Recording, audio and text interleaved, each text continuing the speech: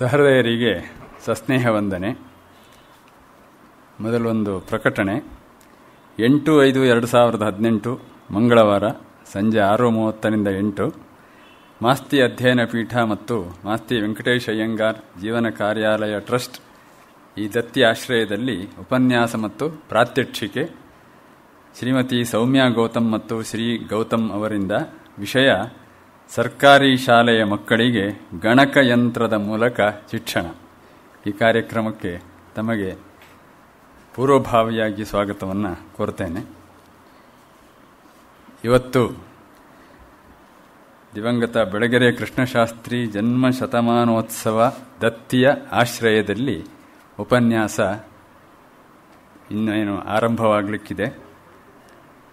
ವಿಷಯ ಬೆಳಗೆರೆ ಕೃಷ್ಣಶಾಸ್ತ್ರಿಯವರ ಬರಹಗಳು, ಒಂದು ಅವಲೋಕನ ಅಥವಾ ಒಂದು ಆಲೋಕನ. ಅವಲೋಕನಕ್ಕಿಂತ ಆಲೋಕನ ಅನ್ನೋದು ಇನ್ನೂ ಹೆಚ್ಚು ಅರ್ಥವನ್ನು ಸೆಳ್ಕೊಳ್ತದೆ ಒಳಗೆ ಅಂತ. ಆಸಮಂತಾತ್ ಲೋಕನ ಅಂತ ಎಲ್ಲ ಕಡೆಯಿಂದ ಹೀಗೆ ಆವರಿಸಿಕೊಂಡು ನೋಡುವುದು ಅಂತ. ಯಾಕಂದರೆ ಇವತ್ತು ಉಪನ್ಯಾಸ ಮಾಡುವಂತಹ ವಿ ರಂಗನಾಥರಾವ್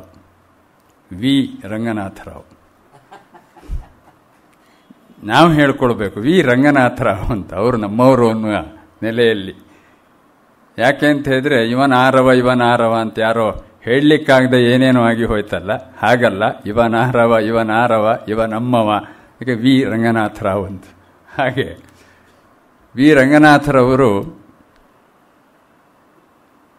ಅವರು ಉಪನ್ಯಾಸವನ್ನು ಮಾಡ್ತಾರೆ ಈ ವಿಷಯದ ಬಗ್ಗೆ ಅಂತ ಹೇಳಿದ್ರೆ ಅದು ಅವಲೋಕನಕ್ಕಿಂತಲೂ ಆಲೋಕನವೇ ಆಗ್ತದೆ ಅನ್ನುವಂಥದ್ದು ನನ್ನ ಸಾತ್ವಿಕವಾದಂತಹ ಒಂದು ಅನುಮಾನ. ಅದಕ್ಕೆ ಕಾರಣ ಏನು ಅಂತ ಹೇಳಿದ್ರೆ, ರಂಗನಾಥ್ ಅವರು BSNLನಲ್ಲಿದ್ದವರು, ಭಾರತ ಸಂಚಾರ ನಿಗಮ ಲಿಮಿಟೆಡ್. ಭಾರತ ಸಂಚಾರ ನಿಗಮನಲ್ಲಿದ್ದು ಅಲ್ಲಿ ನಿವೃತ್ತರಾಗಿ, ಸಹಜವಾಗಿ ನಿವೃತ್ತರಾಗಿ ಉಪನ್ಯಾಸವನ್ನು, ಅದು ಬೆಳಗೆರೆ ಕೃಷ್ಣಶಾಸ್ತ್ರಿಯಂತಹ ಒಬ್ಬ ಅವಧೂತ ವ್ಯಕ್ತಿತ್ವವನ್ನು ಕುರಿತು ಮಾಡ್ತಾರೆ, ಅವರ ಗ್ರಂಥಗಳ ಬಗ್ಗೆ ಮಾಡ್ತಾರೆ ಅಂತ ಹೇಳಿದರೆ ಕಹ್ಕೇನ ಸಂಬಂಧ, ಎಲ್ಲಿಯ BSNL, ಎಲ್ಲಿಯ ಬೆಳಗೆರೆ ಕೃಷ್ಣಶಾಸ್ತ್ರಿ, ಎಲ್ಲಿಯ ರಂಗನಾಥ ಅಂತ. ಆದ್ರಿಂದ ಹೇಳಿದ್ದು ಅವರು ಆಲೋಕನವನ್ನೇ ಮಾಡ್ತಾರೆ ಅಂತ. ಹಾಗಿದ್ರೆ ಏನಿದೆ ಇವರು ಹಿಂದ್ಗಡೆ ಇರಬೇಕಲ್ಲ, ಏನೋ ಒಂದು ಸತ್ವವೋ ಸ್ವತ್ವವೋ ಏನೋ ಇರಬೇಕಲ್ಲ. ಅದೇನು ಅಂತ ಹೇಳಿದ್ರೆ ಅವರಿಗೆ ಆನುಪೂರ್ವಿಯಾಗಿಯೇ ಬಂದಿರುವಂತಹದ್ದು. ವಿ ಸೀತಾರಾಮಯ್ಯನಂತಹ ಮಹೋನ್ನತ ವಿದ್ವಾಂಸರ, ವಾಗ್ಮಿಗಳ, ಪ್ರಾಧ್ಯಾಪಕರ, ಜ್ಞಾನಿಗಳ ಪರಂಪರೆ ಅವರ ಬೆನ್ನ ಹಿಂದಿದೆ.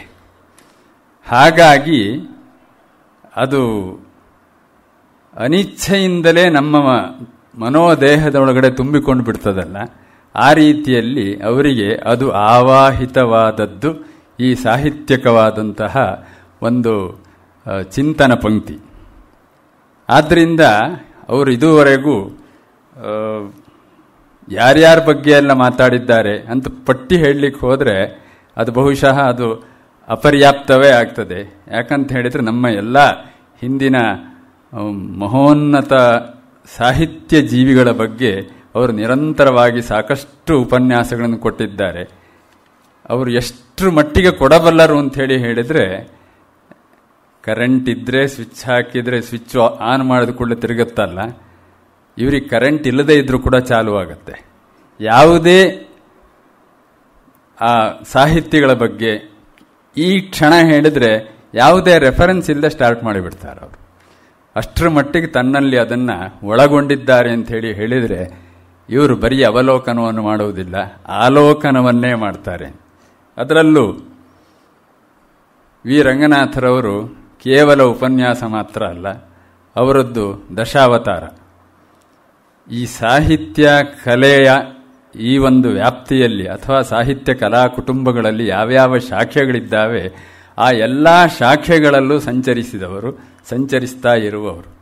ಅದು ನಾಟಕ ಇರಬಹುದು, ಅಥವಾ ಕಂಠದಾನ ಅಂತೇನು ಹೇಳ್ತೇವೆ ಹಿನ್ನೆಲೆಯಲ್ಲಿ ಕೊಡುವಂತಹದ್ದು ಅದಿರಬಹುದು, ಅಥವಾ ವಾಚನ, ನಾಟಕ ವಾಚನ, ಅಭಿನಯ, ಬರವಣಿಗೆ ಯಾವುದಿಲ್ಲ ಯಾವುದುಂಟು ಅದು ಎಲ್ಲದರಲ್ಲೂ ಆಕಾಶವಾಣಿ, ದೂರದರ್ಶನ ಇಂಥದ್ದೆಲ್ಲದರಲ್ಲೂ ಕೂಡ ಇವರ ಸ್ವತ್ವವನ್ನು ಪ್ರತಿಷ್ಠಾಪಿಸಿದವರು, ಸಾಕಷ್ಟು ಬಹುಮಾನವನ್ನು ಪಡೆದವರು.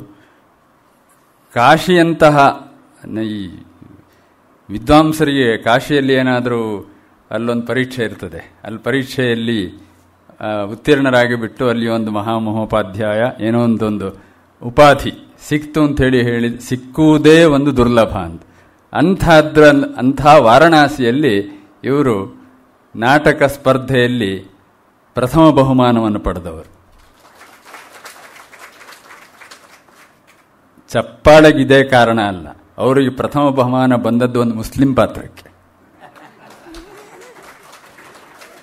ಹಾಗೆ ಅಲ್ಲಿಯೇ ಆ ಪ್ರಥಮ ಬಹುಮಾನದವರು ಇಲ್ಲಿ ಬರಬೇಕು ಅಂತ ಕರಿಬೇಕಲ್ಲ, ಯಾವ್ದು ಈ ಪಾತ್ರ ಮಾಡಿದವರು ಮಿಸ್ಟರ್ ವಿ ರಂಗನಾಥರಾವ್ ಅಂತ ಹೇಳಬೇಕು, ಇವ್ರ ಹೆಸರು ಗೊತ್ತಿಲ್ಲ, ಆ ಮೌಲ್ವಿ ಅವರು ಬನ್ನಿ ಅಂತ ಕರೆದ್ರಂತೆ. ಹಾಗೆ ಆಮೇಲೆ ಕೈಲಾಸಂ ನಾಟಕಗಳಲ್ಲಿ ಇವರು ಚಾಂಪಿಯನ್ ಆಫ್ ಚಾಂಪಿಯನ್ಸ್. ಈ ಹೊತ್ತಿಗೂ ಕೂಡ ಅಂತರಂಗ ತಂಡದಲ್ಲಿ ಕೈಲಾಸಂ ನಾಟಕಗಳಲ್ಲಿ ತನ್ನ ಪಾತ್ರವನ್ನು ಮಾಡ್ತಾ ಇದ್ದಾರೆ. ಅದು ಆ ವಿಧವಾ ಪಾತ್ರ ಇರುತ್ತಲ್ಲ, ವಿಲಕ್ಷಣವಾದದ್ದು, ವಿಶಿಷ್ಟವಾದದ್ದು, ಸಗೌರವವಾದಂತಹ ವಿಲಕ್ಷಣ ಪಾತ್ರ. ಅದು ತೀರಾ ಹಗುರವಾದದ್ದಲ್ಲ. ಅದು ಮೇಲ್ನೋಟಕ್ಕೆ ಅದೇನೋ ಒಂದು ಹಾಸ್ಯ ವಿನೋದ ಅಂತ ಅನಿಸಿದರೆ ಅದರ ಗರ್ಭದಲ್ಲಿ ಅತ್ಯಂತ ವಿಷಾದ ಮಡುಗಟ್ಟಿರುವಂತಹದ್ದು. ಅಂಥದ್ದಕ್ಕೆ ಅಭಿವ್ಯಕ್ತಿಯನ್ನು ಅವರು ಕೊಟ್ಟುಕೊಂಡು ಬಂದಿದ್ದಾರೆ. ಹಾಗೂ ಕೈಲಾಸಂ ಸಾಹಿತ್ಯದಲ್ಲಿ ಕೈಲಾಸಂ ವ್ಯಕ್ತಿತ್ವದ ಕುರಿತು ಇವರು ನಿರರ್ಗಳವಾಗಿ ಹೇಳಬಲ್ಲರಷ್ಟೇ ಅಲ್ಲ, ಇದು 300ಕ್ಕೂ ಹೆಚ್ಚು ಪರಿಚಯದ ಉಪನ್ಯಾಸವನ್ನು ಮಾಡಿದ್ದಾರೆ. ಇಂತಹ ರಂಗನಾಥ ಅವರು ಬೆಳಗೆರೆ ಕೃಷ್ಣಶಾಸ್ತ್ರಿಯವರ ಬಗ್ಗೆ ಇವತ್ತು ಆಲೋಕನವನ್ನು ಮಾಡ್ತಾರೆ ಅಂತ ನಾನು ಹೇಳಿದೆ. ಬೆಳಗೆರೆ ಕೃಷ್ಣಶಾಸ್ತ್ರಿಯವರು ನಿಮಗೂ ನಮಗೂ ಅನ್ನೋದಕ್ಕಿಂತ ಹೆಚ್ಚು ಈ ವೇದಿಕೆಗೆ DVGಯವರ ಕುಳಿತಂತಹ ಈ ಒಂದು ಸ್ಪಂದನ ಭೂಯಿಷ್ಠವಾದಂತಹ ಈ ವೇದಿಕೆ ಏನಿದೆ, ಈ ವೇದಿಕೆಯಲ್ಲಿ ಸಾಕಷ್ಟು ಉಪನ್ಯಾಸವನ್ನು ಮಾಡಿದ್ದಾರೆ. ನನಗಿಂತ ಹೆಚ್ಚು ಅವರ ಉಪನ್ಯಾಸ ಕೇಳಿದವರು ಇಲ್ಲಿ ನೀವಿದ್ದೀರಿ. ಅವರು ಉಪನ್ಯಾಸ ಮಾಡ್ತಾ ಇದ್ದದ್ದು ಉಪನ್ಯಾಸ ಅನ್ನೋದಕ್ಕಿಂತಲೂ ಅವ್ರು ಇಲ್ಲಿ ಕೂತಿದ್ದೇವೆ, ನಾವು ಅಲ್ಲಿ ಕೂತಿದ್ದೇವೆ, ಅವರದೊಂದು ಒಳ್ಳೆ ಹರಟೆ ಕಟ್ಟೆ ಥರ ಶುರುವಾಗಿ ಹೋಗುತ್ತೆ. ಆ ಉಪನ್ಯಾಸ ಅನ್ನೋದಕ್ಕೆ ಅದರದ್ದೇ ಆದ ಒಂದು ಚೌಕಟ್ಟಿದೆ, ಒಂದು ಆವರಣ, ಒಂದಷ್ಟು ಅಂತರ ಇರಬೇಕು, ಒಂದು ಗಾಂಭೀರ್ಯ ಇರಬೇಕು, ಮಾತಿಗೆ ಒಂದು ಶೈಲಿ ಇರಬೇಕು, ಅಲ್ಲೆಲ್ಲ ಒಂದು ಪಾಸ್ ಇರಬೇಕು. ಈ ಯಾವುದೇ ನೀತಿ ನಿಯಮಗಳು, ನೀತಿ ಸಂಹಿತೆ ಅವರಿಗೆ ಅಪ್ಲೈ ಆಗ್ತಾ ಇರಲಿಲ್ಲ. ಅವ್ರು ಮಾತಾಡಲಿ ಶುರು ಮಾಡಿದ್ರು ಅಂದ್ರೆ ಅದು ಎಲ್ಲೆಲ್ಲೋ ಹೋಗಿಬಿಡೋದು, ಲಿಂಕ್ ಆಗಿ ಹೋಗೋದು. ಕಡೆಗೆ ನಾನು ಏನೋ ಹೇಳ್ತಾ ಇದ್ನಲ್ಲ ಅಂಥೇಳಿ ನಮ್ಮನ್ನೇ ಕೇಳುವರು. ಅದು ಎಷ್ಟು ಸಮಯ ಆಯ್ತಾ ಅಂತ ಕೇಳಿದವರು. ಅಂದರೆ ಅವರಿಗೆ ಸಮಯದ ಪರಿವೇ ಇಲ್ಲ. ಏನೋ ನನ್ನ ಸೌಭಾಗ್ಯದಲ್ಲೇನೋ ಅವರ ಏಗ್ದಾಗೈತೆ ನಾಟಕದ ರೂಪಾಂತರ ಮಾಡಿ ಆದಮೇಲೆ ಅವರಿಗೆ ಅದನ್ನು ಓದಿ ಹೇಳಿ ಅವರನ್ನು ಒಪ್ಪಿಸುವುದಲ್ಲ, ಅವರ ಒಪ್ಪಿಗೆಯನ್ನು ತಗೊಳ್ಬೇಕಲ್ಲ, ಮೊದಲು ಅವರು ಕನ್ವಿನ್ಸ್ ಆಗಬೇಕಲ್ಲ. ಅದಕ್ಕೆ ಅವರಿದ್ದಂತಹ ರವಿ ಬೆಳಗೆರೆ ಅವ್ರ ಮನೇಲಿ ಇದ್ದಿದ್ರು. ಅವರು ಅಲ್ಲಿ ಹೋಗಿ ಅದನ್ನೆಲ್ಲ 3-3.5 ಗಂಟೆ ಕೂತ್ಕೊಂಡು ಸಾಭಿನಯವಾಗಿ ಸಧ್ವನಿಯಾಗಿ ಆ ನಾಟಕದ್ದೆಲ್ಲ ಓದಿ ನಾನು ಯಾಕೆ ಮಾರ್ಪಡಿಸಿಕೊಂಡಿದ್ದೇನೆ, ಏನು ಸೇರಿಸಿದ್ದೇನೆ ಅಂತೆಲ್ಲ ಹೇಳ್ತಾ ಇರೋದನ್ನೆಲ್ಲ ಕೇಳಿ ಕೇಳಿ ಕೇಳಿ ಒಪ್ಪಿಕೊಟ್ಟಿದ್ದಾರೆ. ಬೇರೆ ಆ ಸಮಯದಲ್ಲಿಯೂ ಕೂಡ ಒಂದು ವಿಷಯ ತೆಗೆದ್ರು ಅಂದರೆ ಅದು ಎಲ್ಲೆಲ್ಲಿಗೋ ಲಿಂಕ್ ಆಗಿ ಆಗಿ ಆಗಿ ಹೋಗೋದು ಅಂದರೆ ಈ ಪರ್ಮನೆಂಟ್ ತಿಂಗಳು ಪಾಸ್ ತಗೊಂಡು BMTC ಬಸ್ ಹತ್ತಿದಾಗ ಯಾವ ಬಸ್ ಹತ್ಕೊಂಡು ಎಲ್ಲೂ ಹೋಗ್ಬೋದು, ನಮಗೆ ಇಂಥಲ್ಲೇ ಹೋಗಬೇಕು ಅಂತಿಲ್ಲ. ಆ ಥರದಲ್ಲಿ ಅದು ಭತ್ತದ ಗಂಗೆ, ಅದು ಬರ್ತಾ ಇದೆ, ಅದು ಏನು ಸೆಲೆಯದು, ಚಿಮ್ಮತ್ತೆ ಕಾರಂಜಿ ಆಕಾಶದ ಎತ್ತರಕ್ಕೆ. ಆ ನೆನಪು ಸ್ಪಷ್ಟವಾದಂತಹ ನೆನಪು.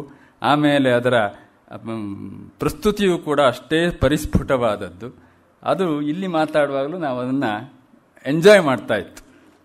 ಅದು ಅಭಿನಯ ಸಹಿತವಾಗಿ ಹೇಳೋದು, ಅದೇನೋ ರನ್ನನ ಗದಾಯುದ್ಧ, ಆ ಜೈಮಿನಿಯ ಕೆಲವು ಪದ್ಯ ಬಂತು ಅಂತ ಹೇಳಿದ್ರೆ ಅದೇ ಜೋಶು, ಅದೇ ಧ್ವನಿ. ಹಾಗೆ ಕೃಷ್ಣಶಾಸ್ತ್ರಿಗಳನ್ನು ನಾವು ನೋಡಿದ್ದೇವೆ, ಕೇಳಿದ್ದೇವೆ. ಅವರು ಇರುವಾಗಲೇ ನಾವು ಇದ್ದಿತ್ತು ಅನ್ನುವಂತಹ ಒಂದು ಹೆಮ್ಮೆ ಇದೆಯಲ್ಲ. ಸಾಮಾನ್ಯವಾಗಿ ಮಹಾತ್ಮರಿಗೆ ಪ್ರಾತಸ್ಮರಣೀಯರು ಅನ್ನುವಂಥ ಒಂದು ವಿಶೇಷಣವನ್ನು ಹಾಕೋ ಕ್ರಮ ಇದೆ. ಆದರೆ ಕೃಷ್ಣಶಾಸ್ತ್ರಿಯವರು ಪ್ರಾತಸ್ಮರಣೀಯರು ಅಷ್ಟೇ ಅಲ್ಲ, ಸದಾ ಸ್ಮರಣೀಯರು, ಸದಾ ಸದಾ ಸದಾ ಸ್ಮರಣೀಯರು. ಅಂತಹ ವ್ಯಕ್ತಿತ್ವದ ಒಂದು ಆಲೋಕನವನ್ನು ಇವತ್ತು ವಿ ರಂಗನಾಥರವರು ನಮಗೆಲ್ಲ ಮಾಡಿಕೊಡ್ಲಿಕ್ಕಿದ್ದಾರೆ. ತುಂಬ ಸ್ವಾರಸ್ಯಕರವಾದದ್ದು ಅವರ ಮರೆಯಲಾದೀತೆ ಪುಸ್ತಕ ಅಥವಾ ಎಗದಾಗೈತೆ, ಅವರು ಬರೆದಿರುವಂಥ ಕೆಲವೇ ಗ್ರಂಥಗಳು, ಕೆಲವೇ ಪುಸ್ತಕಗಳು, ಮತ್ತು ಅವರು ಜೈಮಿನಿ ಭಾರತದಲ್ಲಿ ಅವರಿಗಿದ್ದಂತಹ ಒಂದು ಪ್ರಭುತ್ವ, ಅದಕ್ಕೆ ಇದಮಿತ್ತಂ ಅನ್ನುವಂತಹ ಒಂದು ವ್ಯಾಖ್ಯಾನ ಕೊಡುವಂತಹ ಒಂದು ತಾಕತ್ತಿದ್ದದ್ದು, ಅದೆಲ್ಲ ರಂಗನಾಥರವರ ಬತ್ತಳಿಕೆಯಲ್ಲಿ ಸಾಕಷ್ಟು ಅದು ಪೇರಿಸಲ್ಪಟ್ಟಿದೆ. ನಮಗೆ ಈಗ ಅದರ ಝಳ ಏನು ಅಂತ ಅವರು ಹೇಳಬೇಕು ಅಂತ ಅವರದ್ದು ಪ್ರಾರ್ಥಿಸ್ತೇನೆ. ರಂಗನಾಥರವರು ನಮ್ಮ ಸಂಸ್ಥೆಯ ಗೌರವವನ್ನು ಸ್ವೀಕರಿಸಬೇಕಾಗಿ ಪ್ರಾರ್ಥನೆ ಬೇಕು ಅಂತ ಸಪ್ರಶ್ರಯವಾಗಿ ಪ್ರಾರ್ಥಿಸುತ್ತೇನೆ.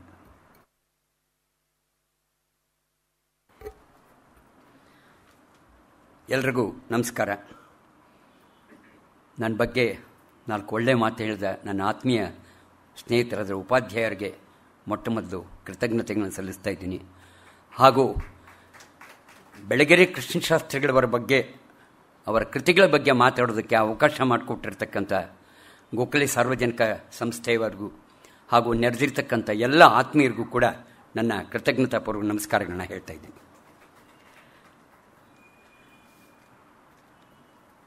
ಪ್ರಾಯಶಃ ಒಬ್ಬ ಮೇಷ್ಟ್ರು, ಉಪಾಧ್ಯಾಯರು ಏನೆಲ್ಲ ಮಾಡ್ಬೋದು ಅಂತ ಯಾರಾದರೂ ಒಂದು ಪ್ರಶ್ನೆ ಹಾಕಿದ್ರೆ ಅದಕ್ಕೆ ಉತ್ತರ ಸಿಗೋರು ಒಬ್ಬರು ಅಂತಂದರೆ ಬೆಳಗೆರೆ ಕೃಷ್ಣಶಾಸ್ತ್ರಿಗಳು. ಹಲವಾರು ಜನ ಸಿಗ್ತಾರೆ ನಮಗೆ, ಯಾಕೆಂದರೆ ಉಪಾಧ್ಯಾಯ ವೃತ್ತಿ ಒಳಗಿದ್ಕೊಂಡು ಸಾಕಷ್ಟು ಒಳ್ಳೆಯ ಕೆಲಸ ಮಾಡಿರ್ತಕ್ಕಂಥ ಅನೇಕ ಜನ ಇದ್ದಾರೆ. ಆದರೆ ಬೆಳಗೆರೆ ಕೃಷ್ಣಶಾಸ್ತ್ರಿಗಳು ಎಲ್ಲರಿಗಿಂತ ಇನ್ನೊಬ್ಬರು ಪ್ರಮುಖರು ಕೂಡ ಅಂತ ಹೇಳಿದ್ರೆ ತಪ್ಪಾಗಲಾರ್ದು. ನವೋದಯ ಸಾಹಿತ್ಯವನ್ನು ಅಕ್ಷರಶಃ ಆರಾಧಿಸಿದವರು, ಬಹುಮುಖ ವ್ಯಕ್ತಿತ್ವ ಇರತಕ್ಕಂಥ ಶಾಸ್ತ್ರಿಗಳು ಹುಟ್ಟಿದ್ದು ಅವರ ಸಣ್ಣ ಪರಿಚಯವನ್ನು ಮೊದಲು ಮಾಡ್ಕೊಳ್ಳೋಣ ಅಂತ ಅಂದ್ಕೊಂಡಿದ್ದೀನಿ. 22/5/1918 ಈ ತಿಂಗಳಿನಲ್ಲಿ ಅವರ ಈ ಕಾರ್ಯಕ್ರಮ ಏರ್ಪಡಿಸಿರೋದು ಅರ್ಥಪೂರ್ಣ ಅಂತ ಅನಿಸುತ್ತೆ. ಯಾಕೆ ಅಂದರೆ ಅವರ ಜನ್ಮ ಶತಮಾನೋತ್ಸವ ಈ ವರ್ಷದಿಂದನೇ ಪ್ರಾರಂಭ ಆಗ್ತಾ ಇದೆ. ಇವರ ತಂದೆ ಶ್ರೀ ಚಂದ್ರಶೇಖರ ಶಾಸ್ತ್ರಿಗಳು ಅಂತ, ಇವರ ಅಶುಕವಿ, ಸಂಸ್ಕೃತ ವಿದ್ವಾಂಸರು, ಅನೇಕ ಹಿರಿಯರ ಒಡನಾಟವಿತ್ತು. ಲಾವಣಿಗಳನ್ನು ಕಟ್ಟಿ ಹಾಡ್ತಾ ಇದ್ದರು ಅನೇಕ ಕಡೆ. ಅದು ಎಲ್ಲಕ್ಕಿಂತ ಹೆಚ್ಚಾಗಿ ಅನೇಕ ಹಿರಿಯರ ಒಳ್ಳೆಯ ಸ್ನೇಹ ಇತ್ತು.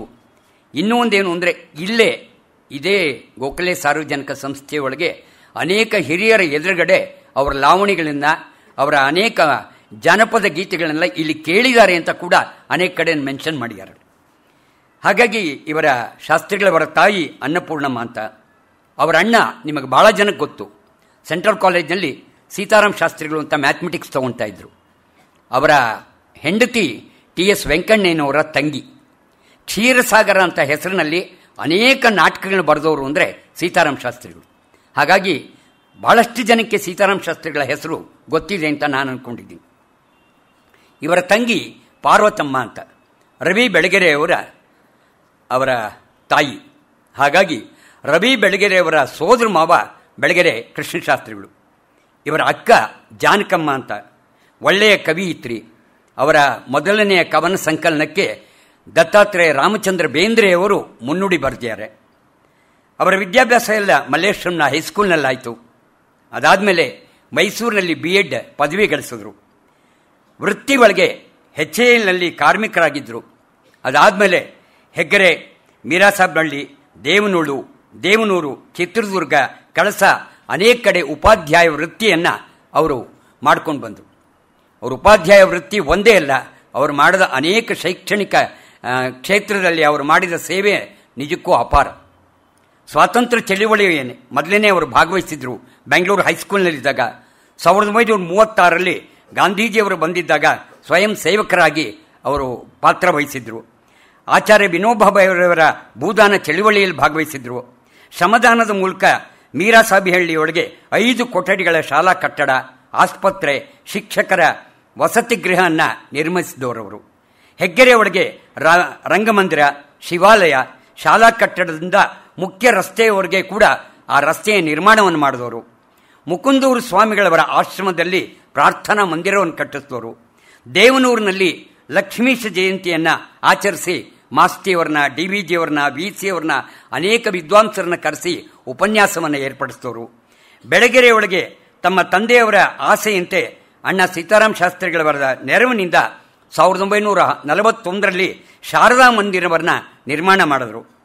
ಆಮೇಲೆ ಸೀತಾರಾಮ ಶಾಸ್ತ್ರಿಗಳವರ ಹೆಸರಿನಲ್ಲೇ ಪದವಿ ಪೂರ್ವ ಕಾಲೇಜು, ವೃತ್ತಿ ಶಿಕ್ಷಣ ಸಂಸ್ಥೆ ಆಯಿತು.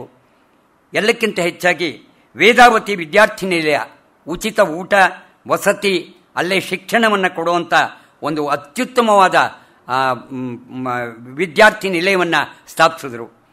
ಟಿ ಎಸ್ ವೆಂಕಣ್ಣಯ್ಯನವರ, ಡಿ ವಿ ಜಿಯವರ ಜನ್ಮ ಶತಮಾನೋತ್ಸವ, ವಸಂತ ಸಾಹಿತ್ಯೋತ್ಸವವನ್ನು ಕೂಡ ಇವರು ನೆರವೇರಿಸಿದ್ದಾರೆ. ಜನಪದದ ಕಂಪ್ಯೂಟರ್ ಅಂತ ನಾವೇನು ಕರಿತೀವಲ್ಲ, ಸಿರಿಯಜ್ಜಿಯನ್ನು ಸಾಂಸ್ಕೃತಿಕ ಲೋಕಕ್ಕೆ ಪರಿಚಯ ಮಾಡಿಕೊಟ್ರು. ನಾಡೋಜ ಪ್ರಶಸ್ತಿ ಬರೋದಕ್ಕೆ ಶಾಸ್ತ್ರಿಗಳೇ ಮುಖ್ಯ ಕಾರಣ. ತೀನಂ ಶಂಕರನಾರಾಯಣ, ಶೇಷಶಾಸ್ತ್ರಿ, ಕೃಷ್ಣಮೂರ್ತಿ ಯಾನೂರು, ಬಸವರಾಜ ಕಲ್ಗುಡಿ ಇವರೆಲ್ಲರೂ ಮುಂತಾದವರಿಗೆ ಸಂಶೋಧಕರಿಗೆ ನೆರವು ನೀಡಿದವರು ಅಂದರೆ ನಮ್ಮ ಬೆಳಗೆರೆ ಕೃಷ್ಣಶಾಸ್ತ್ರಿಗಳು. ಎಸ್ ಕೆ ಕರೀಂ ಖಾನ್, ಸಿರಿಯಜ್ಜಿ ಇವರನ್ನ ಸನ್ಮಾನ ಮಾಡಿದ್ದಾರೆ. ಇವರ ಒಡನಾಟ ಅಂತೂ ಬೇಕಾಷ್ಟು ಕಡೆ ಇತ್ತು. ರಮಣ ಮಹರ್ಷಿಗಳು, ಆನಂದಾಶ್ರಮದ ರಾಮದಾಸರು, ಬಾಗೂರಿನ ಶರಣಮ್ಮ, ಋಷಿಕೇಶದ ಶಿವಾನಂದ ಸ್ವಾಮಿ, ಮುಕುಂದೂರು ಸ್ವಾಮಿಗಳವರು, ಜಿ ಕೆ, ಗಾಂಧೀಜಿಯವರು, ಮಲ್ಲಾಡಹಳ್ಳಿ ರಾಘವೇಂದ್ರ ಸ್ವಾಮಿಗಳವರು, ಇಲ್ಲೆಲ್ಲರ ಪರಿಚಯ ಅವ್ರಿಗಿತ್ತು. ಎಲ್ಲಕ್ಕಿಂತ V C, Bendre, D V G, Masti, Rajaratnam, Devudu, Nittur, Bhyrappa, Karim Khan ಅವರು, ಇವರು ಎಲ್ಲರ ಅನೇಕ ಹಿರಿಯ ಕವಿಗಳ ಒಡನಾಟ ಶಾಸ್ತ್ರಿಗಳಿಗಿತ್ತು. ಆಕಾಶವಾಣಿ ಮತ್ತು ಮುಖ್ಯ ಪತ್ರಿಕೆಗಳಲ್ಲಿ, ಆಕಾಶವಾಣಿಯೊಳಗೆ ಅನೇಕ ಕಾರ್ಯಕ್ರಮ ಕೊಟ್ಟರು. ಅನೇಕ ಪತ್ರಿಕೆಗಳಲ್ಲಿ ಲೇಖನವನ್ನು, ಭಾಷಣವನ್ನು ಬರೆದರು. ಇದು ನಮ್ಮ ಶಾಸ್ತ್ರಿಗಳನ್ನು ನೆನೆಸ್ಕೊಂಡಾಗ ಅವರು ನಡೆದು ಬಂದ ಹಾದಿ ಅಂತ ಅನ್ಸುತ್ತೆ. ಎಲ್ಲಕ್ಕಿಂತ ಅವರೇನು ಕೃತಿಗಳು ತುಂಬ ಬರೆದಿಲ್ಲ. ಅವರು ನಾವೇನೋ ಶಾಸ್ತ್ರಿಗಳು ಬಹಳ ದೊಡ್ಡ ಲೇಖಕರು ಅಂತ ಹೇಳಿದ್ರೆ ಬರೆದಿರೋದು ಕಡಿಮೆ ಇರ್ಬೋದು, ಆದರೆ ಅತ್ಯುತ್ತಮವಾದ ಲೇಖನಗಳನ್ನು ಬರೆದಿದ್ದಾರೆ. ಅವರ ತುಂಬಿ ಅಂತ ಒಂದು ಕವನ ಸಂಕಲನ ಬರೆದರು. ಹಳ್ಳಿ ಚಿತ್ರ, ಹಳ್ಳಿ ಮೇಷ್ಟ್ರು 2 ನಾಟಕ ಬರೆದರು. ಏಗ್ದಾಗೆಲ್ಲ ಐತೆ. ನಾನೀಗ ಯಾಕೆ ಹೇಳ್ತಾ ಇದ್ದೀನಿ ಅಂದರೆ, ಏಗ್ದಾಗೆಲ್ಲ ಐತೆ ಪುಸ್ತಕ ಎಷ್ಟು ನಾವು ಓದ್ತೀವೋ ಆ ನಾಟಕ ನೋಡಬೇಕು ಅಂದರೆ ನಮ್ಮ ಉಪಾಧ್ಯಾಯರು ಅವರೇ ಮುಖ್ಯ ಪಾತ್ರ ವಹಿಸಿ ಅವರೇನೇನೇ ನಾಟಕಕ್ಕೆ ಅಳವಡಿಸಿ ಅತ್ಯುತ್ತಮವಾದ ನಾಟಕನ ಈಗಾಗಲೇ 63 ಶೋ ಮಾಡಿದ್ದಾರೆ ಅಂತಂದರೆ ಖುಷಿಯಾಗುತ್ತೆ. ಮತ್ತು ಸಾಹಿತಿಗಳ ಸ್ಮೃತಿಯಲ್ಲಿ ಅಂತ ಒಂದು ಪುಸ್ತಕ ಬರೆದರು. ಎಲೆಮರೆಯ ಆಲರು ಅಂತ ಇನ್ನೊಂದು ಪುಸ್ತಕ ಬರೆದರು. ಎಲ್ಲಕ್ಕಿಂತ ಬಹಳ ಸೊಗಸಾದ ಪುಸ್ತಕ ಅಂದರೆ ಮರೆಯಲಾದೀತೆ, ಇದನ್ನು ಬರೆದರು. ಇದಲ್ದಿರ ಅಪ್ರಕಟಿತ ಕೃತಿಗಳು ಕೂಡ ಅನೇಕ ಬರೆದಿದ್ದಾರೆ. ಅಂತರ್ಧ್ವನಿ, ಯೋಗವಾಣಿ, ಆತ್ಮಜ್ಞಾನ ಮುಂತಾದವುಗಳನ್ನ ಬರ್ಕೊಂಬಂದಿದ್ದಾರೆ. ಇವರಿಗೆ ಪ್ರಶಸ್ತಿಗಳು ಬೇಕಾದಷ್ಟು ಬಂದಿದೆ. ಹಳ್ಳಿ ಚಿತ್ರಕ್ಕೆ ಕೇಂದ್ರ ಸರ್ಕಾರದ ರಾಷ್ಟ್ರೀಯ ನಾಟಕ ಪುರಸ್ಕಾರ, ಆಕಾಶವಾಣಿ ಪುರಸ್ಕಾರ, ಶ್ರೇಷ್ಠ ನಾಟಕ ಪ್ರಶಸ್ತಿ ಬಂತು. ಮೈಸೂರು ರಾಜ್ಯ ಸರ್ಕಾರದ ಉತ್ತಮ ಶಿಕ್ಷಕ ಪ್ರಶಸ್ತಿ ಬಂತು. ಕೇಂದ್ರ ಸರ್ಕಾರದ ಉತ್ತಮ ಶಿಕ್ಷಕ ಪ್ರಶಸ್ತಿ ಬಂತು. ರಾಜ್ಯೋತ್ಸವ ಪ್ರಶಸ್ತಿ ಬಂತು, ಅದನ್ನು ತಿರಸ್ಕಾರ ಮಾಡಿದರು. ಕುವೆಂಪು ವಿಶ್ವವಿದ್ಯಾಲಯದಿಂದ ಗೌರವ ಡಾಕ್ಟರೇಟ್ ಬಂತು. ಚಿತ್ರದುರ್ಗದಲ್ಲಿ ನಡೆದ ಧರ್ಮ ಸಮ್ಮೇಳನದಲ್ಲಿ ಸೇವಾರತ್ನ ಪ್ರಶಸ್ತಿ, ಚಿಕ್ಕಮಗಳೂರಿನ ಅಳಸಿಂಗಾಚಾರ್ ಪ್ರಶಸ್ತಿ, 4ನೇ ಚಿತ್ರದುರ್ಗ ಜಿಲ್ಲಾ ಸಾಹಿತ್ಯ ಸಮ್ಮೇಳನದ ಅಧ್ಯಕ್ಷತೆ, ಚಿನ್ಮಯ ಮತ್ತು ಅರ್ಪಣೆ ಅಂತ 2 ಪುಸ್ತಕ ಅವರ ಬಗ್ಗೆ ಬಂತು. ಹೀಗಾಗಿ ಅವರು ನಮ್ಮಿಂದ ಸ್ವರ್ಗಸ್ಥರಾದ್ದು 2013ರಲ್ಲಿ, 22/3/2013ರಲ್ಲಿ. ನನಗೆ ಮುಖ್ಯವಾಗಿ ನಾನು ಅವ್ರನ್ನ ಭೇಟಿಯಾಗಿದ್ದೆಲ್ಲಿ ಅಂದರೆ, ನನ್ನ ಆತ್ಮೀಯ ಸ್ನೇಹಿತರು, ನನಗೆ ಬಹಳ ಆಗಿರ್ತಕ್ಕಂಥ ಸುಧಾ ಮತ್ತು ಅಮರೀಶ್ ಅಂತ ಅವರು ಮನೆ ಒಳಗಡೆ ಬೆಳಗೆರೆ ಕೃಷ್ಣಶಾಸ್ತ್ರಿಗಳನ್ನ ಕರೆದಿದ್ರು. ಸಾಯಂಕಾಲ 6 ಗಂಟೆಯಿಂದ ಅವರು ಇಡೀ ರಾತ್ರಿ ಅಲ್ಲೇ ಇದ್ದರು. ನಾನು 10-10:30 ಗಂಟೆ ತನಕ ಅವರ ಜೊತೆ ಒಳಗಿದ್ದೆ. ಸಣ್ಣ ಒಂದು 10 ಜನ ಕೂತ್ಕೊಂಡಿದ್ದೆ, ಅಷ್ಟೇ 8 ಜನ. ಅವ್ರ ಮಾತನ್ನು ಈಗಾಗಲೇ ಉಪಾಧ್ಯಾಯರು ಹೇಳಿದಾಗೆ ಓತ ಪ್ರೋತ, ಒಂದು ಹೋಗ್ತಾ ಇನ್ನೊಂದೆಲ್ಲೋ ಹೋಗ್ತಾ ಇನ್ನೊಂದು ಹೋಗ್ತಾ ನಾನು ಎಲ್ಲಿ ಹೇಳ್ತಾ ಇದ್ದೆ ಅಂತ ಅವ್ರು ಹೇಳ್ತಾ ಇದ್ರು. ಆದರೆ ಕೇಳೋ ಸೌಭಾಗ್ಯ ನನಗೆ ಒದಗಿಸ್ಕೊಟ್ಟವರು ಅಂದರೆ ಸುಧಾ ಮತ್ತು ಅಂಬರೀಷ್ ಅವರು. ಅಷ್ಟೇ ಅಲ್ಲ, ಏಗ್ದಾಗ ಇಲ್ಲೇ ಐತೆ ಪುಸ್ತಕ ನಾನು ಮೊದಲು ಓದಿದ್ರು ಕೂಡ ಅವರ ಎಲ್ಲ ಕೃತಿಗಳನ್ನು ಕೊಟ್ಟು ಅದಕ್ಕೆ ನಾನು ಪ್ರೋತ್ಸಾಹ ಕೊಟ್ಟವರು ಅಂದರೆ ಅವರಿಬ್ಬರು. ಹಾಗಾಗಿ ಅವ್ರಿಗೆ ನಾನು ಮೊದಲು ಕೃತಜ್ಞತೆಯನ್ನು ಸಲ್ಲಿಸ್ತಾ ಇದ್ದೀನಿ. ಯಾಕೆಂದರೆ ಒಂದೇನು ಅಂತಂದರೆ, ಇವರು ಈಗಾಗಲೇ ಉಪಾಧ್ಯಾಯರು ಹೇಳಿದಾಗೆ ಅವರು ಒಂದು ವಿಚಾರ ಅಲ್ಲ, ಒಂದು ವಿಚಾರ ಹೇಳ್ತಾ ಹೇಳ್ತಾ ಹೇಳ್ತಾ ಇನ್ನೊಂದು ಕಡೆಗೆಲ್ಲೋ ಹೋಗಿ ಆಮೇಲೆ ಬಂದು ಮತ್ತೆ ಅವ್ರು ನೆನೆಸ್ಕೊಂಡು ಅವ್ರು ಹೇಳೋದು ಸ್ಪಷ್ಟವಾಗಿ ಎಷ್ಟು ಚೆನ್ನಾಗಿ ಹೇಳೋರು ಅಂತಂದರೆ ಅಷ್ಟು ಸೊಗಸಾಗಿ ಹೇಳೋರು. ಅವ್ರ ಜೊತೆ ಒಳಗೆ ಏನಾದರೂ ಕೂತ್ಕೊಂಡ್ರೆ ಎಷ್ಟು ಗಂಟೆ ಕಳಿತೀವೋ ಗೊತ್ತಿಲ್ಲ ನಿಜಕ್ಕೂ. ಎಲ್ಲಕ್ಕಿಂತ ಹೆಚ್ಚಾಗಿ ಅವರ ಹೈಸ್ಕೂಲ್ನಲ್ಲಿ ಒಂದು ಸೂಚನಾ ಫಲಕ ಇದೆ. ಏನು ಹಾಕಿದ್ದಾರೆ ಅಂದರೆ, ಉಪಾಧ್ಯಾಯರು ಬೋಧಿಸುವುದರೆಂದರೆ ವಿದ್ಯಾರ್ಥಿಯ ಮೇಲೆ ಬೀರುವ ಆಧ್ಯಾತ್ಮಿಕ ಪ್ರಕ್ರಿಯೆ.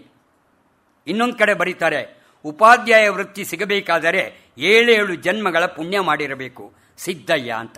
ಯಾಕೆಂದರೆ ಸಿದ್ದಯ್ಯ ಒಬ್ಬರು ಅವ್ರಿಗೆ ಭಾಳ ಮೇಷ್ಟ್ರಾಗಿದ್ದವರು, ಭಾಳ ವಿಶ್ವಾಸ ಇಟ್ಕೊಂಡವರು. ಕಾಲೇಜು ಸೂಚನಾ ಫಲಕದಲ್ಲಿ ಒಂದು ಕಡೆ ಬರೀತಾರೆ, ಶಾಲೆಯೇ ದೇವಾಲಯ, ಮಕ್ಕಳೇ ದೇವರು, ಅಧ್ಯಾಪಕನೇ ಅರ್ಚಕ, ಅರಿವೇ ಪ್ರಸಾದ, ಅಲ್ಲಿ ಸಾಬ್. ಇನ್ನೊಂದು ಕಡೆ ಬರೀತಾರೆ, ದೇವರ ಮುಂದೆ ದೀಪ ಬೆಳಗುವುದು ದೇವರಿಗಾಗಿ ಅಲ್ಲ, ನಮ್ಮೆಲ್ಲರ ಕತ್ತಲನ್ನು ಓಡಿಸಲು ಅಂತ ಹಾಕ್ಬಿಟ್ಟು ಸುಭಾಷಿತ ಅಂತ ಹಾಕಿದ್ದಾರೆ. ಅವರು ಎಲ್ಲೂ ನಂದು ಅಂತ ಹೇಳ್ಕೊಂಡವರೇ ಅಲ್ಲ. ಶಾಸ್ತ್ರಿಗಳವ್ರನ್ನ ನಮಗೇನು ಕೊಟ್ಟರು ಅಂತ ಯೋಚನೆ ಮಾಡಿದ್ರೆ, ಸರಳ, ಸಹಜ, ಶುಭ್ರ, ಸಮೃದ್ಧ ಬದುಕು, ಅಂತರಂಗದ ಶಾಂತಿಯನ್ನು ಪ್ರಕಟಿಸುವ ಮುಗುಳ್ನಗೆಯ ಮೊಗ. ಅವರು ನೀವು ಬಹಳಷ್ಟು ಕಡೆ ನೋಡಿದ್ರೆ ಅದನ್ನು ಗೊತ್ತಾಗತ್ತೆ ಅವರ ಆ ಮುಗುಳ್ನಗೆಯ ಮೊಗ. ನಡೆ ನುಡಿಗಳಲ್ಲಿ ಇರದಿದ್ದ ಅಂತರ, ಮತ್ತು ಇನ್ನೊಂದೇಂದರೆ ಇದ್ದದರಲ್ಲೇ ತೃಪ್ತಿ ಪಟ್ಕೊಂಡಿದ್ದವರು. ಆಮೇಲೆ ಅಕ್ಷರಕ್ಕಾಗಿ ಹಸಿದವರಿಗೆ ತೃಪ್ತಿ ಕೊಡುವ ಪ್ರಯತ್ನ, ಸಂಘರ್ಷಣೆಗಳಲ್ಲಿ ಎದುರಿಸುವ ಧೈರ್ಯ, ನಾನಿದ್ದು ಮಾಡಬೇಕಾದ ಕರ್ತವ್ಯದತ್ತ ಲಕ್ಷ್ಯ, ನನ್ನದೇನಿಲ್ಲ ಎಂದು ಹೇಳುವ ಅವರ ನಿರ್ಲಿಪ್ತತೆ, ಆನಂದಾನುಭವ ನೀಡಿದ ಸಹಜ, ಸುಂದರ, ಸಂತೃಪ್ತ ಬದುಕು, ಸಾವು ನಮ್ಮ ಶಾಸ್ತ್ರಿಗಳು.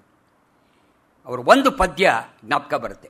ಅವರು ಒಂದು ಪದ್ಯದಲ್ಲಿ ಎಷ್ಟು ಚೆನ್ನಾಗಿ ಬರೀತಾರೆ ಅಂತಂದರೆ, ನಾವೇ ಮುಂದು, ವೇದಗಳೆಲ್ಲ ನಮ್ಮದೇ, ಉಪನಿಷತ್ತು ನಮ್ಮದೇ, ರಾಮಾಯಣ, ಭಗವದ್ಗೀತೆ, ಭಾರತ, ಪುರಾಣಗಳು ನಮ್ಮದೇ, ವಸಿಷ್ಠ, ವ್ಯಾಸ, ವಿಶ್ವಾಮಿತ್ರ, ದಾರ್ಶನಿಕರೆಲ್ಲ ನಮ್ಮವರೇ, ರಾಮಕೃಷ್ಣ, ಬುದ್ಧ, ಶಂಕರ, ಬಸವಾದಿಗಳು ನಮ್ಮವರೇ, ಚಂದ್ರ, ಸೂರ್ಯ, ತಾರಾಗ್ರಹಗಳ ಗತಿ ವೇಗಾಕರ್ಷಣ ಶಕ್ತಿಗಳ ಗುಣಿಸಿ ಹೇಳಿದೆವು ನಾವೇ ಮುಂದು, ರಾಜ್ಯಗಳ ಜನಾಂಗಗಳ ಜಾತಕ ಫಲಗಳ ಬರೆದಿಟ್ಟೆವು ನಾವೇ ಮುಂದು, ನಮಗಿಂತ ಮುಂದಾವುದರಲ್ಲೂ ಯಾರೂ ಇಲ್ಲ, ಎಂದೂ ಇಲ್ಲ, ನಾವೇ ಮುಂದು.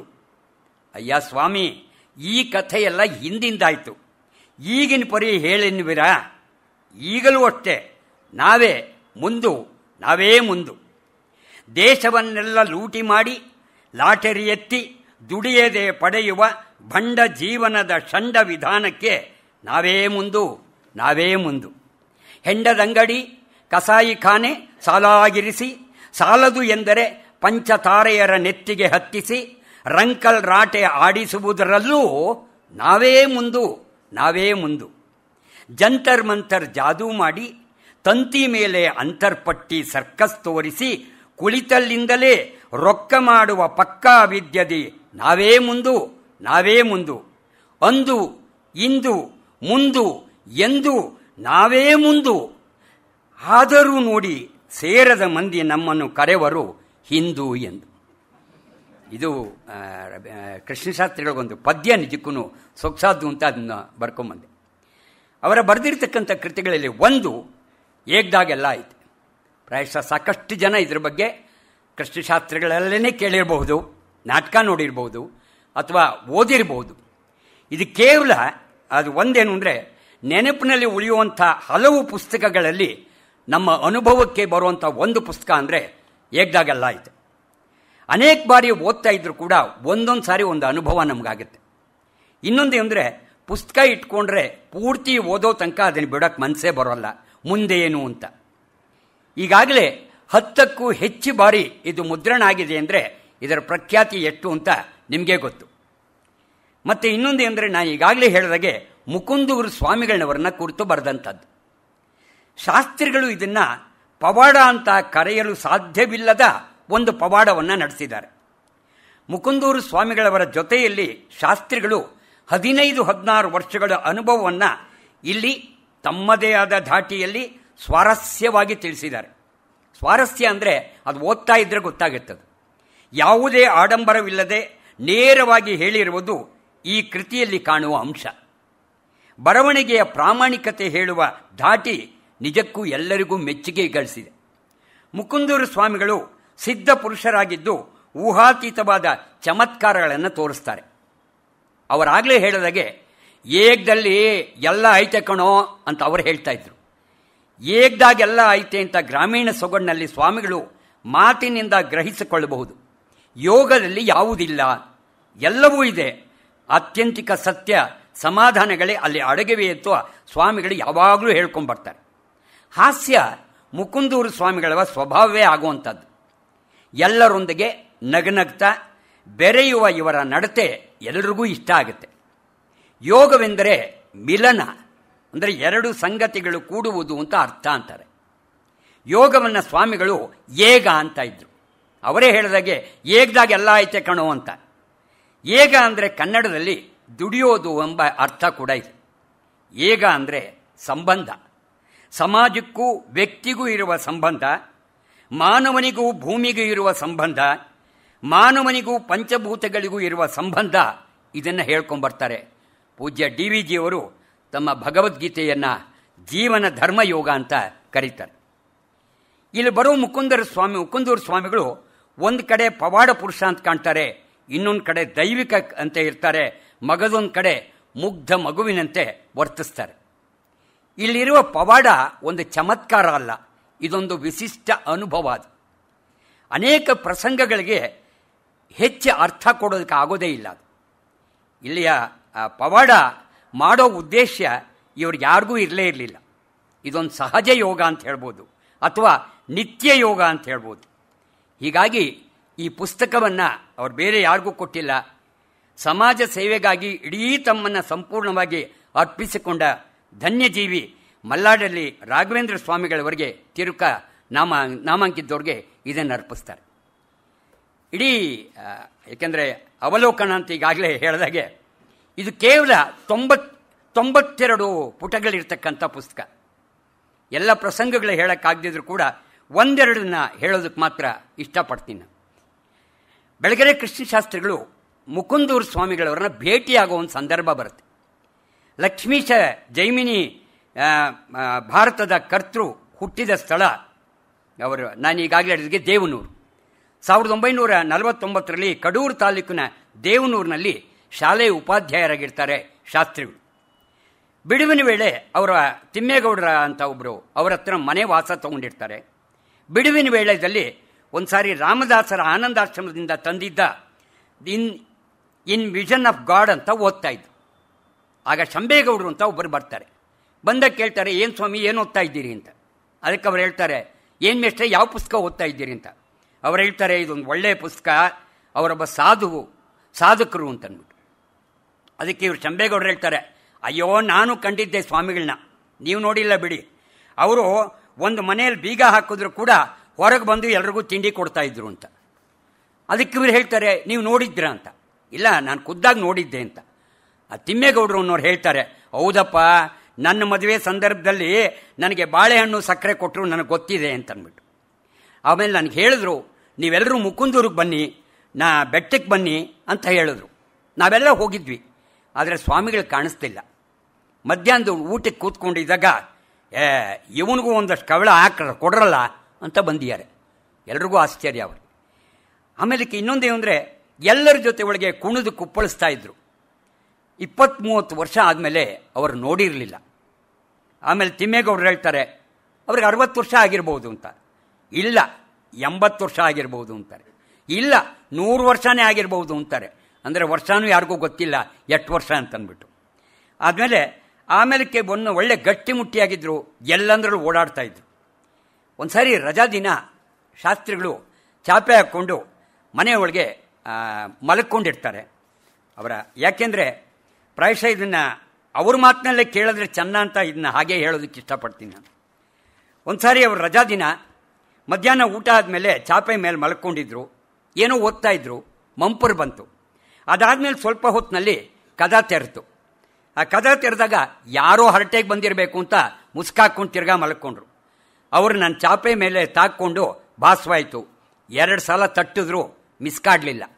ಆಗ ಅವ್ರು ಹೇಳ್ತಾರೆ, ಇದೇನಪ್ಪ, ಎಲ್ಲೋ ಇದ್ದಾಗ ಅಂಬಲ್ಸ್ಕೊಂಬರೋದು, ಇಲ್ಲೇ ಬಂದಾಗ ಒದ್ಗಂಡು ಮಲಗೋದ, ಇದೊಳ್ಳೆ ಕಥೆನಲ್ಲ ಅಂತ ಹೇಳಿದ್ರು. ಇವ್ರಿಗೇನು ಅರ್ಥ ಆಗಲ್ಲ. ಮುಸುಕ್ ತೆರೆದು ನೋಡಿದ್ರು, ಭಾರೀ ಮೈಕಟ್ಟಿನ ಎತ್ತರವಾದ ಆ ಅಪರಿಚಿತ ವ್ಯಕ್ತಿ. ಮೈ ತುಂಬ ಕಾವಿ ಇತ್ತು. ಕಾವಿದೆ ಅಡ್ಡದಡ್ಡ ದಪ್ಪ ರುಮಾಲು, ಹಣೆಗೆ ವಿಭೂತಿ, ಮಿಂಚುವ ಕಣ್ಣುಗಳು, ಕೊರಳಲ್ಲಿ ಮುಂಗೈಯಲ್ಲಿ ರುದ್ರಾಕ್ಷಿ ಸರಗಳು. ನೋಡಿದ ಕೂಡಲೇ ಅಚ್ಚರಿ ಪಡಿಸುವಂಥ ವ್ಯಕ್ತಿ ಯಾರು ಅಂತ ವಿಚಾರಿಸಕ್ಕೆ ಕೂಡ ಹೋಗಲಿಲ್ಲ. ಅದಾದಮೇಲೆ ಅವರು ಆ ಕೂತಿದ್ದ ವೇಳೆ ಅಲ್ಲೇನೇನೆ ಇವರ ತಲೆ ಅವರ ಪಾದದ ಮೇಲಿತ್ತು. ಅದಾದಮೇಲೆ ಹೇಳ್ತಾರೆ ಗಟ್ಟಿಯಾಗಿ ನಕ್ಬಿಟ್ಟು, ಹಾಂ ಹೇಳು ಅಂತೂ ಇದ್ದಿದ್ರಕ್ಕೆ ಕಲ್ಸ್ಕೊಂಡ್ಬಿಟ್ಟಲ್ಲ ಬಹುದೂರ ಅಂತ ಮತ್ತೆ ನಕ್ಕರು. ಆ ನಗುವಿನಲ್ಲಿ ಮೋಡಿ ಇತ್ತು. ಸುಮ್ಮನಾಗ್ಬಿಟ್ರು ಶಾಸ್ತ್ರಿಗಳು, ಯಾರು ಅಂತಲೂ ಅರ್ಥ ಮಾಡ್ಕೊಳ್ಳಿಲ್ಲ. ನಿಜ, ಆವಾಗ ಅವ್ರು ಹೇಳ್ತಾರೆ ಸ್ವಾಮಿಗಳು, ನಿಜ ಒಂದೇ ಇತ್ತು, ಬಂಧು ಬಳಗ ಎಲ್ಲ ಸೇರಿಕೊಂಡು ಅದಕ್ಕೊಂದು ಇರಲಿ ಅಂತ ಕಟ್ಟಿದ್ರು. ಲೋಕದಾಟ ಎರಡಾಗಿದ್ದು ಮೂರಾಯಿತು. ಒಳ್ಳೆ ಖುಷಿಯಾಗಿತ್ತು. ಇದ್ದಕ್ಕಿದ್ದಂತೆ ಹಳೆ ಹದ್ದು ಬಂದು ಕೋಳಿ ಮರಿನ ಒತ್ಕೊಂಡು ಹೋದಂಗಾಯ್ತು. ಪಾಪ ಕಾವು ಕೊಟ್ಟ ಗುಟಕ್ಕೆ ಕೊಟ್ಟು ಸಾಕಿದ ತಾಯಿ ಯಾಟೆ ದಂಡಿಗೆ ದಮಕ್ಕಂತು, ಧಡಕ್ಕಂತು, ಕಣ್ಮುಚ್ಕೊಂತು. ಆಗಿನ್ನೇನು ಮೊದಲೇ ಒಂದೇ ಇದ್ದಿದ್ದು, ಕಡೆಗೂ ಒಂದೇ ಉಳಿಯಿತು. ಜೀವ ಗಟ್ಟಿ ಹಿಡ್ಕೊಂಡ್ರೆ ಒಂದೇನು ಎರಡೇನು ಹತ್ತೇನು ಎಲ್ಲ ಅಲಕ್ ನಿರಂಜನ್ ಅಂದಾಗ ಆಗೋಯ್ತು ಅಂತ ನಕ್ಕರು. ಶಾಸ್ತ್ರಿಗಳು ನಕ್ಕರು. ಅರ್ಥ ಆಗಲಿಲ್ಲ ಮೊದಲು, ಅವರು ನಕ್ಕರು. ಅದಾದಮೇಲೆ ಅವ್ರು ನಗು ನೋಡ್ತಿದ್ದಾಗ ತಿಮ್ಮೇಗೌಡರು ಬರ್ತಾರೆ. ಅವ್ರು ಬಂದ ತಕ್ಷಣವೇ ಅಯ್ಯೋಯ್ಯೋಯ್ಯೋ ಶಿವ ಇದೇನು ಸ್ವಾಮಿ, ಪರಮಾತ್ಮ ಬಂದು ದರ್ಶನ ಕೊಟ್ಟೇ ಬಿಟ್ಟನಲ್ಲ ಅಂತ ಅವ್ರ ಪಾದ ಮುಟ್ಟು ನಮಸ್ಕಾರ ಮಾಡಿದ್ರು. ಶಾಸ್ತ್ರಿಗಳು ನೋಡ್ಬಿಟ್ಟು ಯಾರು ಅಂತ ಕೇಳಿದ್ರು. ಅಯ್ಯೋ ಇದೇನಿಷ್ಟು ಗೊತ್ತಾಗ್ಲಿಲ್ವೇ, ಮಾತಾಡ್ತಾ ಇದ್ದಲ್ಲ ಸ್ವಾಮಿ, ಹೋಗಬೇಕು ದರ್ಶನ ಪಡಿಬೇಕು ಅಂತ ಅವರೇ ಮುಕುಂದೂರು ಸ್ವಾಮಿಗಳು ಅಂತ ಹೇಳಿದ್ರು. ಇವರು ಬೆರಗಾಗಿ ಹೋಗ್ತಾರೆ.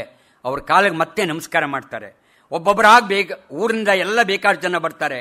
ಎಲ್ಲರೂ ಅಣ್ಣ ಅವ್ವ ಅಪ್ಪ ಅಂತ ಮಾತಾಡಿಸಿ ಎಲ್ಲರನ್ನೂ ಮಾತಾಡಿಸ್ತಾರೆ.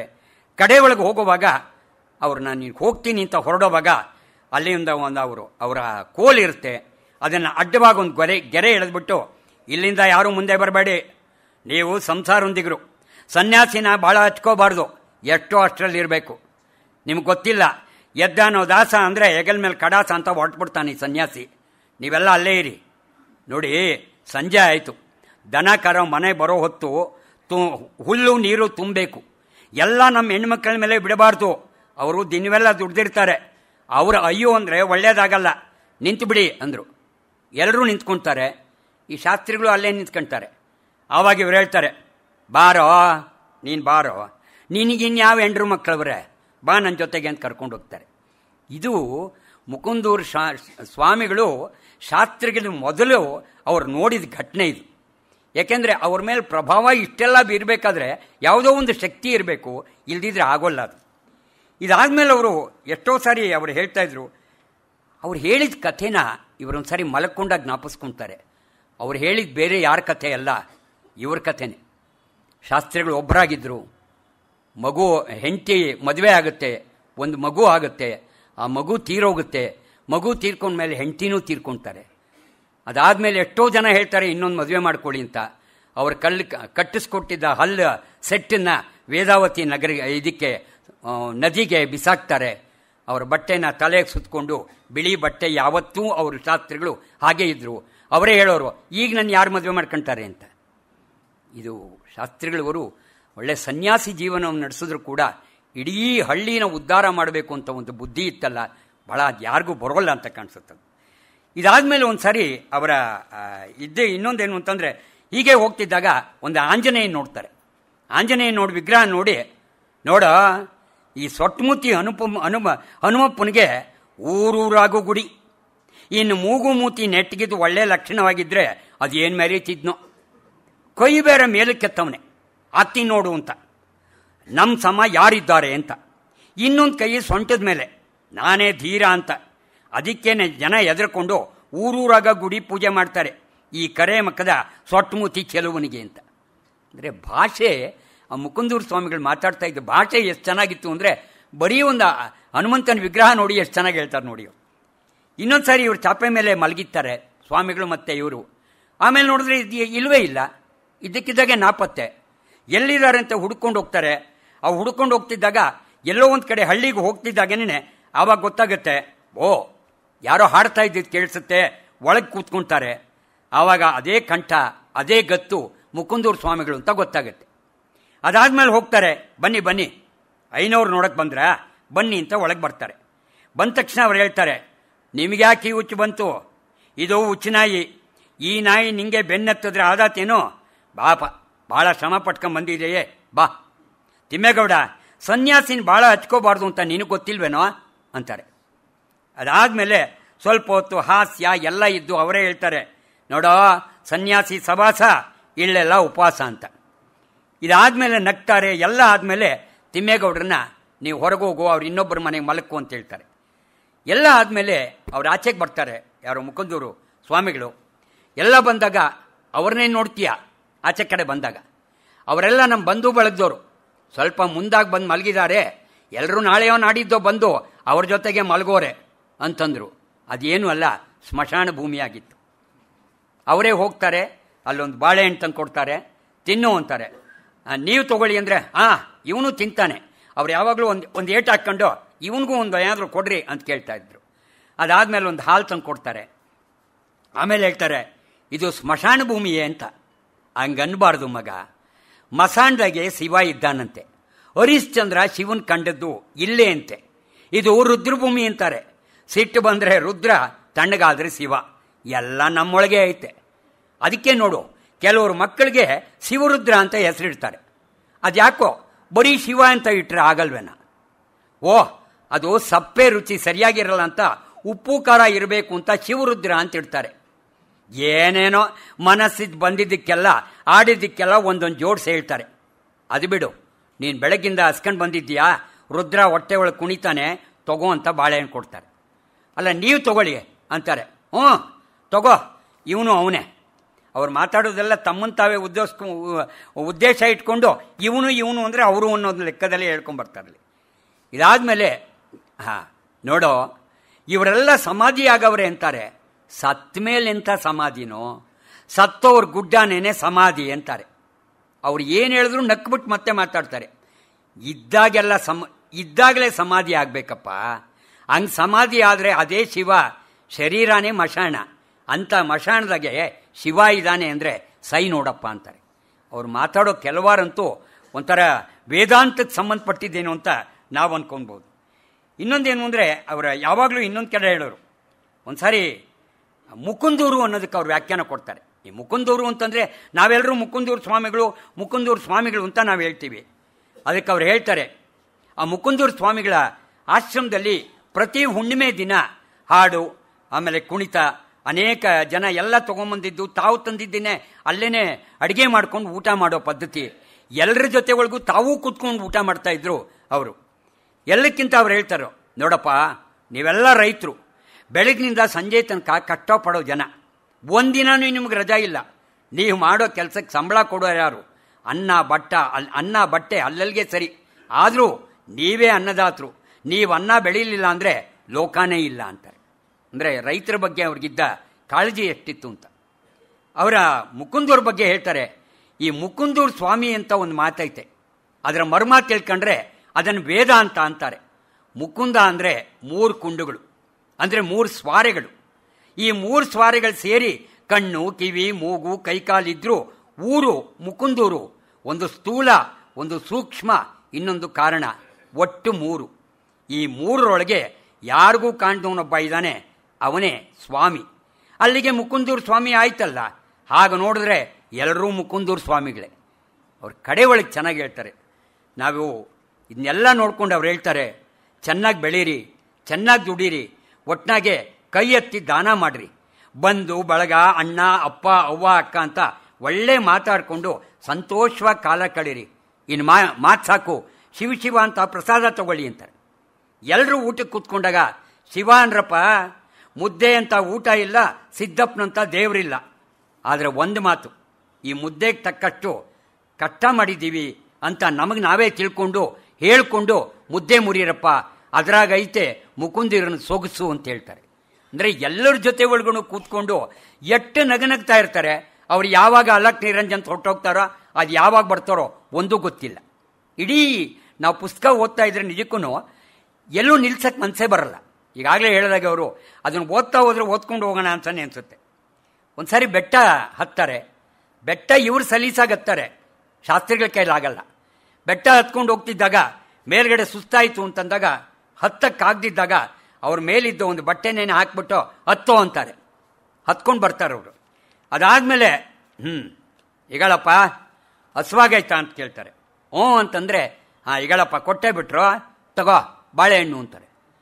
ಆ ಬೆಟ್ಟದ ಮೇಲೆ ಎಲ್ಲಿ ಬಾಳೆಹಣ್ಣು ಬಂತು? ಅವ್ರು ಹೇಳ್ತಾರೆ, ಅಲ್ಲ ಈ ಹಣ್ಣು ಎಲ್ಲಿಂದ ಬಂತು? ಆಗೋ ಅವನು ಕೊಟ್ಟಿದ್ದು. ಯಾರನ್ನ? ಹದ್ದುಗಳು ನೋಡ್ಬಿಟ್ಟು ತೋರಿಸ್ತಾರೆ, ಅವನು ಕೊಟ್ಟಿದ್ದು ಅಂತ. ಅಲ್ಲ ಎಲ್ಲಿ ಇದು ಬಂದಿದ್ದು ನಾನು ನೋಡಲೇ ಇಲ್ವಲ್ಲ ಅಂತಾರೆ. ಅವ್ರು ಹೇಳ್ತಾರೆ, ಎಲ್ಲ ರೂಪವು ತಾನಂತೆ ಶಿವ ಎಲ್ಲೆಲ್ಲಿಯೂ ತುಂಬಿದಾನಂತೆ, ಕಾಣಲಾರದೂರ ಕಣ್ಣಿಗೆ ಕಲ್ಲಂತೆ ಅವನು ಇಲ್ಲಂತೆ ಅಂತ ಗಟ್ಟಿಯಾಗಿ ಜೋರಾಗಿ ಹೇಳ್ತಾರೆ. ಇದು ಒಂದು ರೀತಿ ಪವಾಡ ಅಂತೀವೋ, ಅದೃಶ್ಯ ಅಂತಿರೋ, ದೃಶ್ಯ ಅಂತಿರೋ ನಾವೇ ಪ್ರಶ್ನೆ ಮಾಡ್ಕೋಬೇಕು. ಸ್ವಾಮಿಗಳು ಇನ್ನೊಂದೇನು ಅಂತಂದರೆ, ಅಷ್ಟು ಗಟ್ಟಿ ಮುಟ್ಟಿಯಾಗಿದ್ದವರು ಅವರು ಇವ್ರನ್ನ ಇಲ್ಲಿ ಯಾವಾಗ ನೀವು ಕೆಲಸ ಮಾಡ್ತಿದ್ರಿ ಅಂತ ಹೇಳ್ತಾರೆ. ಒಂದು ಸಾರಿ ಅರಸೀಕೆರೆಯಿಂದ ಬರಬೇಕಾದ್ರೆ, ಬಾಣಾವರದ ಕಡೆಗೆ ಬರಬೇಕಾದ್ರೆ ವಿನೋದವಾಗಿ ಮಾತಾಡ್ತಾ ಬರ್ತಾರೆ. ಆಯಾಸ ಕಾಣೋದೇ ಇಲ್ಲ. ರೈಲು ದಾರಿಯ ಉದ್ದಕ್ಕೂ ಅಲ್ಲಲ್ಲಿ ಮಣ್ಣು ಏರಿ ಹಳ್ಳಿಗಳನ್ನು ಹಾಸಿದ್ದು ಒಂದು ಸ್ಥಳಕ್ಕೆ ಬಂದು ಅದನ್ನು ನೋಡ್ತಾ ಏನೋ ಕಂಡವರಂತೆ ಖುಷಿಯಾಗಿ ತಲೆ ಅಲ್ಲಾಡಿಸ್ತಾ ಆರಾಮಾಗಿ ಎಲ್ಲರನ್ನೂ ವಿಚಾರಿಸ್ತಾ ಇದ್ದಾರೆ. ನೋಡೋ, ಈ ಬಡ್ಡಿ ಐದ ಅವ್ರನ್ನೇ ಹೇಳ್ಕೊಳ್ಳೋದು. ಈ ಬಡ್ಡಿ ಐದ ಒಳ್ಳೆ ಜೋರಾಗಿದ್ದ. ಈ ರೈಲು ದಾರಿ ಮಾಡೋವಾಗ ಈ ಏರಿಗೆ ಮಣ್ಣೊತ್ತ ಒಳ್ಳೆ ಕಟ್ಟುಮಸ್ತಾಗಿದ್ದ ಇವನು. ತಟ್ಟೆ ತುಂಬಿ ತುಳಿದು ಒರೆಸ್ತಾ ಇದ್ರು. ನೀವೆಂಗನ ತುಂಬಿ ಅಂತಿದ್ದ ನೋಡು. ಅವತ್ತು ಕಷ್ಟ ಮಾಡಿದ್ದು ಇವತ್ತು ಸಾವಿರಾರು ಜನ ಸುಖವಾಗಿ ರೈಲಿನಾಗ ಪ್ರಯಾಣ ಮಾಡ್ತಾ ಇದ್ದಾರೋ. ಆವಾಗ ಅವ್ರು ಹೇಳ್ತಾರೆ, ಸ್ವಾಮಿ ನೀವು ಕೂಲಿ ಮಾಡಿದ್ರಾ? ಹ್ಞೂ ಕಣ, ಕೂಲಿ ಮಾಡ್ತಿದ್ದ. ವಾರಕ್ಕೊಂದು ಕೂಲಿ ಅನಿಸ್ತಿದ್ರು. ಎಷ್ಟು ಕೊಡ್ತಿದ್ರು? ಎಷ್ಟೋ ಇವನಿಗೆ ಎಣ್ಸಕ್ಕೆ ಬರುತ್ತಾ? ಅವತ್ತಿನ ದುಡ್ಡು ಬೇರೆ. ಈಗನಂತೆ ಆಣೆ, ದುರ್ದಾಣೆ, ಪಾವಲೆ, ಬಿಲ್ಲೆ ಇರಲಿಲ್ಲ. ಎಲ್ಲ ಬೆಳ್ಳಿವು. ಅದೆಂಥವೋ ಈಗಲೂ ಹೇಳಕ್ಕೆ ಬರಲ್ಲ. ಆಗಂತೂ ಇವನಿಗೆ ದುಡ್ಡು ಭಾಳ ಇರಲಿಲ್ಲ ಬಿಡು. ಏನಾದರೂ ಬೇಕಿದ್ರೆ ಯಾರನ್ನು ಕೇಳಿದ್ರು ಕೊಡೋರು. ಇಲ್ಲ ಅಂದರೆ ಪಕ್ಕದ ಮನೆಯಾಗಿ ತೊಂದರೆ ಆಯಿತು, ಅವರಿಗೆ ನವಣೆನೋ ರಾಗಿನೋ ಜೋಳನೋ ಕೊಟ್ಟರಾಯಿತು. ಬಟ್ಟೆನೂ ಅಷ್ಟೇ, ಕೊಟ್ಟರೆ ನೇಕಾರ ಕೊಟ್ಟು ಕೊಡೋರು, ಅವ್ರಿಗೇನೋ ಒಂದಷ್ಟು ಕೊಡ್ತಾ ಇದ್ವಿ. ಅದು ಸರಿ, ನಿಮ್ಗೆ ವಯಸ್ಸು ಎಷ್ಟಾಗಿರ್ಬೋದು? ಯಾವನ್ ಬಲ್ನೋ, ಯಾವ ನಮ್ಮ ತಾಯಿ ಯಾವಾಗ ಹಡದ್ಲೋ, ಎಲ್ಲೋದ್ಲೋ, ಯಾರು ಬೆಳೆಸ್ತರೋ, ಎಲ್ಲಿದ್ನೋ, ವಯಸ್ಸು ಕೇಳಿದ್ರೆ ಇದಕ್ಕೆ ಜಾತಕ ಯಾರು ಬರೆದಿಟ್ಟಾರೋ ಅಂತ ಗಟ್ಟಿಯಾಗಿ ಹೇಳ್ತಾರೆ. ಹಾಗಾದ್ರೆ ನಿಮ್ಮ ವಯಸ್ಸು 75 ಇರ್ಬೋದಾ ಅಂತಾರೆ. ಇದ್ದಿತ್ತು, ಇರ್ಬೋದು. ಅಲ್ಲ 100 ಅಂತಾರೆ ಕೆಲವರು. ಇರಲೂಬಹುದಾ? ಅದೇನು ದೊಡ್ಡ ಮಾತು. ಅಲ್ಲ 120, 130 ಅಂತಾರಲ್ಲ ಸ್ವಾಮಿ. ಆಗ್ಲೇ ಹೇಳು, ಇದಕ್ಕೇನು ದೊಡ್ಡ ವಯಸ್ಸಿಂದೇನು ದೊಡ್ಡ ಮಾತು? ಈ ಬೆಟ್ಟ ಗುಡ್ಡ ಹಳ್ಳ ಕೊಳ್ಳ ಇವಕ್ಕೆಲ್ಲ ಯಾವ ವಯಸ್ಸು? ಹೀಗೆ ಹೇಳಿಕೊಂಡು ಅವರು ಇನ್ನೊಂದು ಚೆನ್ನಾಗಿ ಹೇಳ್ತಾರೆ. ಊರು ಕೇರಿ ಕುಲ ಗೋತ್ರ ಹೆಣ್ಣು ಗಂಡು ಎಲ್ಲ ಇಂಗಡಿಸ್ತಾರೆ. ನಾವು ಶಿವಾಚಾರ್ಯರವರು, ನಾವು ದೇವಾಂಗದವರು, ನಾವು ಬ್ರಾಹ್ಮಣರು, ಅದ್ರಾಗ ಮತ್ತೆ ನಾಮದವರು, ಅಡ್ಗಂದವರು, ಮುದ್ರೆಯರು, ಒಬ್ಬರು ಕಂಡ್ರೆ ಒಬ್ಬರು ಹಾಕಿಲ್ಲ. ಎಲ್ಲ ಬಿಟ್ಟು ಒಟ್ಟಿಗೆ ಬಾಳ್ವೆ ನಡೆಸೋದೇನೆ ದೊಡ್ಡತನ ಕಣು ಅಂತ ಹೇಳ್ತಾರೆ. ಇದನ್ನು ಆವಾಗ ಆ ಮುಕುಂದೂರು ಸ್ವಾಮಿಗಳು ಇಷ್ಟು ವರ್ಷಗಳ ಹಿಂದೆ ಹೇಳಿದ್ರು ಇವತ್ತು ಸತ್ಯ ಅಂತ ಹೇಳೋದ್ರಲ್ಲಿ ತಪ್ಪೇನಿಲ್ಲ ಅನ್ಸುತ್ತೆ. ಒಮ್ಮೆ ದೇವನೂರಿನಲ್ಲಿ ಒಂದು ಸಾರಿ ಲಕ್ಷ್ಮೀಶ ಜಯಂತಿ ಬರುತ್ತೆ. ಲಕ್ಷ್ಮೀಶ ಜಯಂತಿ ಮಾಡಿದಾಗ ಅದ್ಧೂರಿಯಾಗಿ ನಡೆಯುತ್ತೆ. ಅವಾಗ VC, ದೇವುಡು, ಮಾಸ್ತಿ, DVG ಎಲ್ಲ ಬಂದಿರ್ತಾರೆ. ಅದಕ್ಕೆ ಇನ್ಚಾರ್ಜ್ ಆಗಿದ್ದವರು ಅಲ್ಲಿನ ಊರಿನ ಪಟೇಲರು, ಹಯಾತ್ ಸಾಹೇಬರು. ಅವ್ರಿಗೆಲ್ಲ ಆದರೂ ಸ್ವಾಮಿಗಳು ಎಲ್ಲಿದ್ದಾರೆ ಅಂತ ಗೊತ್ತಿಲ್ಲ. ಆದರೆ ಮೂಲೆ ಒಳಗೆ ಕೂತ್ಕೊಂಡು ಯಾರಿಗೂ ಕಣ್ಣು ಕಾಣದಾಗೆ ಆ ಇಡೀ ಕಾರ್ಯಕ್ರಮ ನೋಡಿರ್ತಾರೆ. ಶಾಸ್ತ್ರಿಗಳ ಓಡಾಟನ ಖುಷಿಯಾಗಿ ನೋಡಿರ್ತಾರೆ. ಈ ಒಂದ್ಸಾರಿ ಶಾಸ್ತ್ರಿಗಳವರ ತಂದೆ ಚಂದ್ರಶೇಖರ ಶಾಸ್ತ್ರಿಗಳು ದೇವನೂರಿಗೆ ಬಂದಾಗ ಸ್ವಾಮಿಗಳ ಆಶ್ರಮಕ್ಕೆ ಭೇಟಿ ಮಾಡ್ತಾರೆ. ಅವರಿಬ್ಬರ ಮಾತು, ಬೇಲೂರಿಗೆ ಹೋಗಿದ್ದ ಆ ಒಂದು ವರ್ಣನೆ ಸೊಗಸಾಗಿದೆ. ಎಲ್ಲಕ್ಕಿಂತ ಹೆಚ್ಚಾರಿ ಒಂದ್ಸಾರಿ MR ಶ್ರೀನಿವಾಸ ಮೂರ್ತಿಗಳು, ಪ್ರಾಯಶಃ ಭಾಳ ಜನಕ್ಕೆ ಗೊತ್ತಿದೆ, ಅಧ್ಯಕ್ಷರಾಗಿದ್ದರು ಕನ್ನಡ ಸಾಹಿತ್ಯ ಪರಿಷತ್ತಿನ. ಅನೇಕ ಕೃತಿಗಳನ್ನು ರಂಗಣ್ಣನ ಕನಸಿನ ದಿನಗಳು ಓದಿದ್ರೆ ಅದು ಗೊತ್ತಾಗುತ್ತೆ ಎಂಥ ಒಳ್ಳೆಯವ್ರ ರೈಟರ್ ಅಂತಂದ್ಬಿಟ್ಟು. ಅವರೊಂದು ಸಾರಿ ಬೋಳನೂರಿಗೆ ಬರ್ತಾರೆ. ಅಲ್ಲಿ ಬೋಳನಹಳ್ಳಿ ಒಳಗೆ ಬಸವ ಜಯಂತಿ ನಡೆಯುತ್ತೆ. ಆ ಬಸವ ಜಯಂತಿ ಬಂದಾಗ ಅವರ ಆಳೆತ್ರ ಅವರು MR ಶ್ರೀನಿವಾಸ ಮೂರ್ತಿಗಳು. ಭಾಳ ಜನ ನೋಡಿದ್ರು ಏನೋ ಗೊತ್ತಿಲ್ಲ. ಅವರು ಬಂದಿದ್ದಾಗ MR ಶ್ರೀನಿವಾಸ ಮೂರ್ತಿಗಳು ರೈಲ್ವೆ ಸ್ಟೇಷನ್ಗೆ ಬರ್ತಾರೆ. ಯಾರೋ ಒಬ್ಬರು ಕೊಡೆ ಹಿಡ್ಕೊಂತಾರೆ. ಬೇಡಪ್ಪ ನೀನು ಚಿಕ್ಕೋನು, ಕೊಡೆ ಹಿಡ್ಕೊಂಡ್ರೆ ನನಗೆ ಬೆವರಾಗುತ್ತೆ ಬೇಡ ಅಂತಾರೆ. ಆಮೇಲೆ ಮುಕುಂದೂರು ಸ್ವಾಮಿಗಳವರೇ ಕೊಡೆ ಹಿಡ್ಕೊಂತಾರೆ. ಅಬ್ಬಾ ಅದೇನು ಎತ್ತರನೋ ನಿಂದು, ನೀನು ಹಿಡ್ಕೊಂಡ್ರೆ ಇನ್ನೂ ಕಷ್ಟ ಅಂತ ಕೊನೆಗೆ ತಾವೇ ಛತ್ರಿ ಹಿಡ್ಕೊಂಡು ಬರ್ತಾರೆ. ಬಂದಾದಮೇಲೆ ಅವರು ಎಲ್ಲ ಬಂದು ಇದಾದಮೇಲೆ ಕಾರ್ಯಕ್ರಮ ಶುರುವಾಗುತ್ತೆ. ಆಗ ಅವ್ರು ಹೇಳ್ತಾರೆ, ನೋಡಿ ಇವರ ಅಲ್ಲಿ ಕೂತಿದ್ದವ್ರನ್ನೆಲ್ಲರನ್ನೂ ನೋಡ್ಬಿಟ್ಟು M.R. ಶ್ರೀನಿವಾಸ ಮೂರ್ತಿಗಳು ಹೇಳ್ತಾರೆ, ನೋಡಿ ಇವರ ಹಣೆ ಮೇಲೆ ಎದ್ದು ಕಾಣುವ ನಾಮಗಳಿಂದ ಇವರೊಬ್ಬ ಶ್ರೀ ವೈಷ್ಣವರು ಅಂತ ಗೊತ್ತಾಗುತ್ತೆ. ಇತ್ ಕಡೆ ಕುಳಿತಿರುವ ಹಯಾತ್ ಸಾಬ್ರು ಗಡ್ಡ ಪೇಟ ಶೇರ್ವಾನಿಗಳಿಂದ ಇವರೊಬ್ಬ ಮಹಮ್ಮದೀಯ ಅಂತ ಅನ್ನೋದರಲ್ಲಿ ಅನುಮಾನ ಇಲ್ಲ. ಹಾಗೆ ಪಕ್ಕದಲ್ಲಿ ಕುಳಿತುಕೊಂಡಿರೋ ಹೆಣ್ಣು ಮಕ್ಕಳ ಉಡುಪನ್ನು ನೋಡಿದ್ರೆ ಲಂಬಾಣಿಗರೆಂದು ಕಾಣುತ್ತೆ. ಹೀಗೆ ಸಭೆಯಲ್ಲಿ ಬೇರೆ ಬೇರೆ ವಿದ್ವಾಂಸರು, ಅವಿದ್ಯಾವಂತರು, ಅಧಿಕಾರಿಗಳು, ವ್ಯವಸಾಯಗಾರರು ಎಲ್ಲರೂ ಇದ್ದಾರೆ.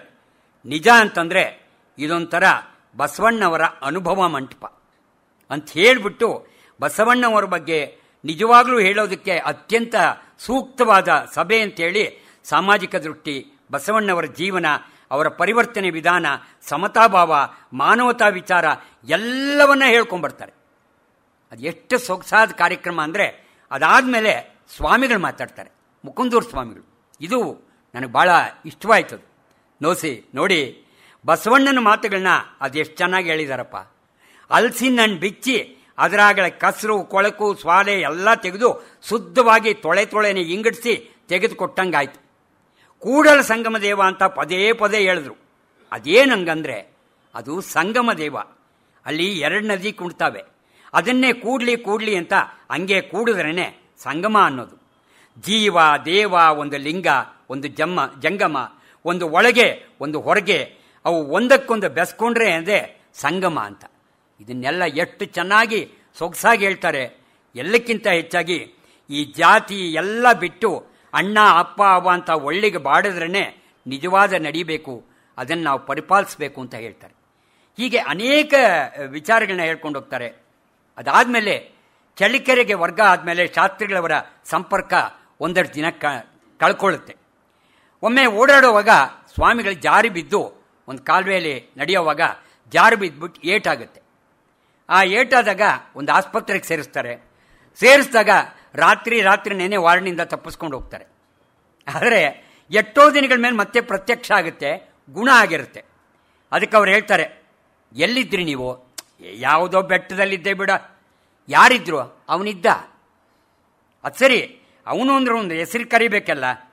ಇದ್ರು ಬಿಡ, ಯಾರೋ ಕರೆದ್ರು, ಅದನ್ನು ಕಟ್ಕೊಂಡು ನಿನಗೇನು?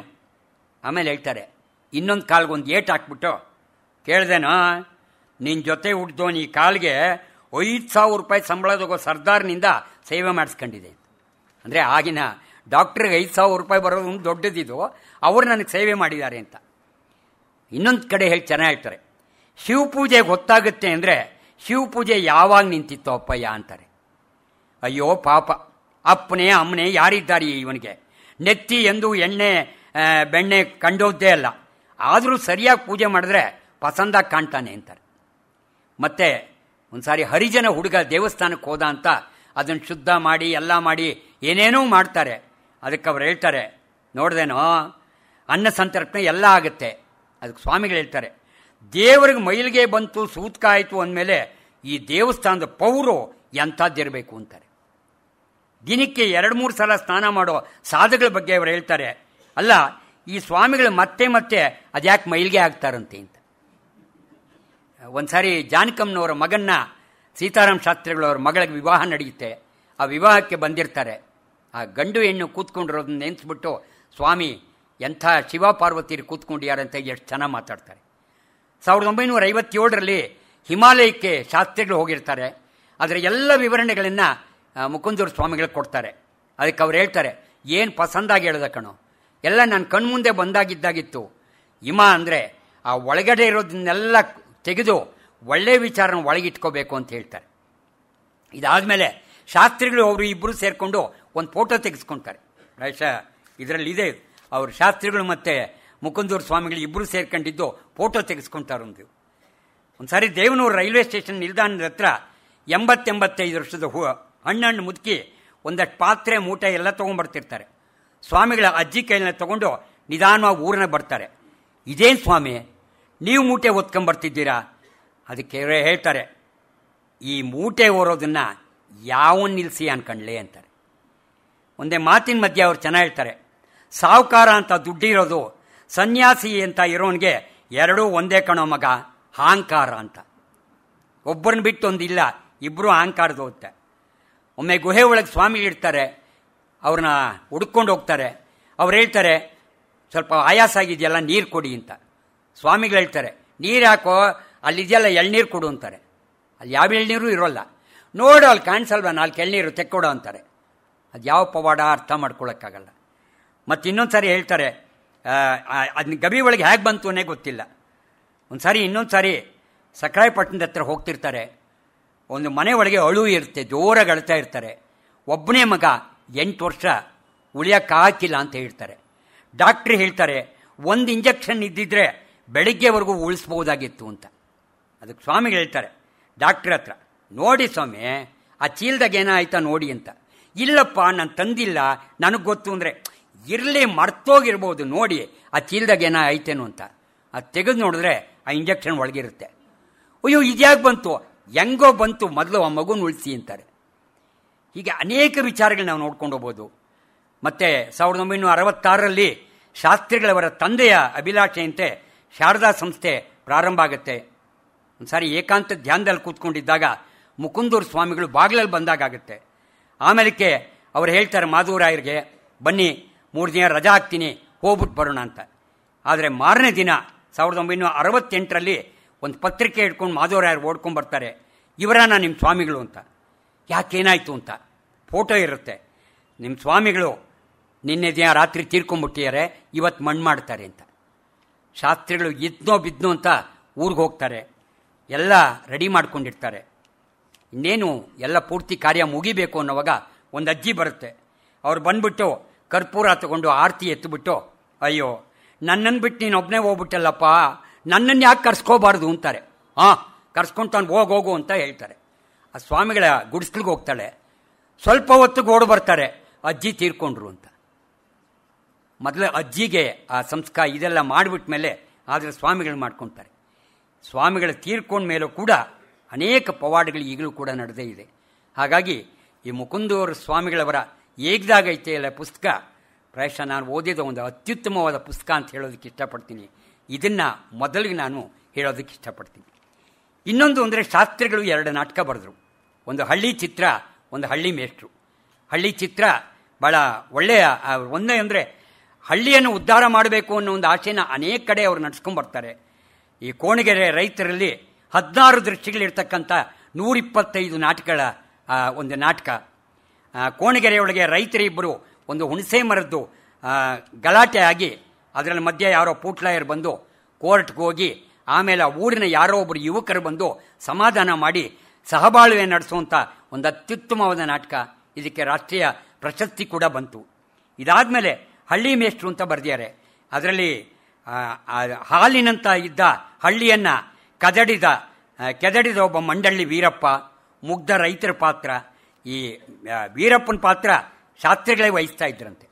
ಅವ್ರಿಗೆ ಇನ್ನೊಂದೇ ಅಂದರೆ ಹೇಳ್ತಾರೆ, ಇದು ನಾನು ಬರೆದ ನಾಟಕ ಅಲ್ಲ, ಹಳ್ಳಿ ಒಳಗೆ ದಿನ ನಡೆಯೋ ಪಾತ್ರಗಳನ್ನೇ ನಾನು ಬರ್ಕೊಂಬಂದಿದ್ದೀನಿ ಅಂತ. ಇನ್ನೊಂದು ಅಂದರೆ ನಂಗೆ ತುಂಬ ಇಷ್ಟ ಆಗಿದ್ದು ಅಂದರೆ ಸಾಹಿತಿಗಳ ಸ್ಮೃತಿ. ಪ್ರಾಯಶಃ ಸಾಹಿತಿಗಳ ಸ್ಮೃತಿಯನ್ನು ಇದೇ ಗೋಖಲೆ ಸಾರ್ವಜನಿಕ ಸಂಸ್ಥೆ ಒಳಗೆ ಬೆಳಗೆರೆ ಕೃಷ್ಣಶಾಸ್ತ್ರಿಗಳೇ ಹೇಳಿರೋದನ್ನ ಸಾಕಷ್ಟು ಜನ ನೀವು ಕೇಳಿರ್ಬೋದು. ಈ ಸಾಹಿತಿಗಳ ಒಡನಾಟ ಕೃಷ್ಣಶಾಸ್ತ್ರಿಗಳಿಗೆ ಒಂದು ಪ್ರಿಯವಾದ ಹವ್ಯಾಸ. ಅವರ ಸಹವಾಸದಲ್ಲಿ ನಿಜವಾಗ್ಲೂ ಭಾವಾವಿಷ್ಟರಾಗ್ತಾರೆ. ಶಾಸ್ತ್ರಿಗಳು ಬೆಂಗಳೂರು ಬಂದಾಗಲೆಲ್ಲ DVಜಿಯವ್ರ ಮನೆ, ಮಾಸ್ತಿಯವ್ರ ಮನೆ, VC ಅವ್ರ ಮನೆ, ಇವ್ರ ಮನೆಗೆ ಹೋಗಿ ಅವ್ರ ಮುಂದೆ ಒಂದು 2 ತಾಸು ಕೂತ್ಕೊಂಡು ಅವರ ಜೀವನ ಅದ್ಭುತ ಘಟನೆಗಳನ್ನು ಎಲ್ಲ ಕೇಳ್ಕೊಂಬರ್ತಾರೆ. ಅದನ್ನು ಓದ್ತಾ ಇದ್ದರೆ ನಾವೇ ಅಲ್ಲಿದ್ದೀವೇನೋ ಅನಿಸುತ್ತೆ ನಿಜಕ್ಕೂ. ಅವುಗಳನ್ನ ಕೇಳ್ತಾ ಇದ್ರು, ಆ ಪರಿಣಾಮ ಎಷ್ಟು ಅಂತ ಹೇಳೋಕ್ಕಾಗಲ್ಲ.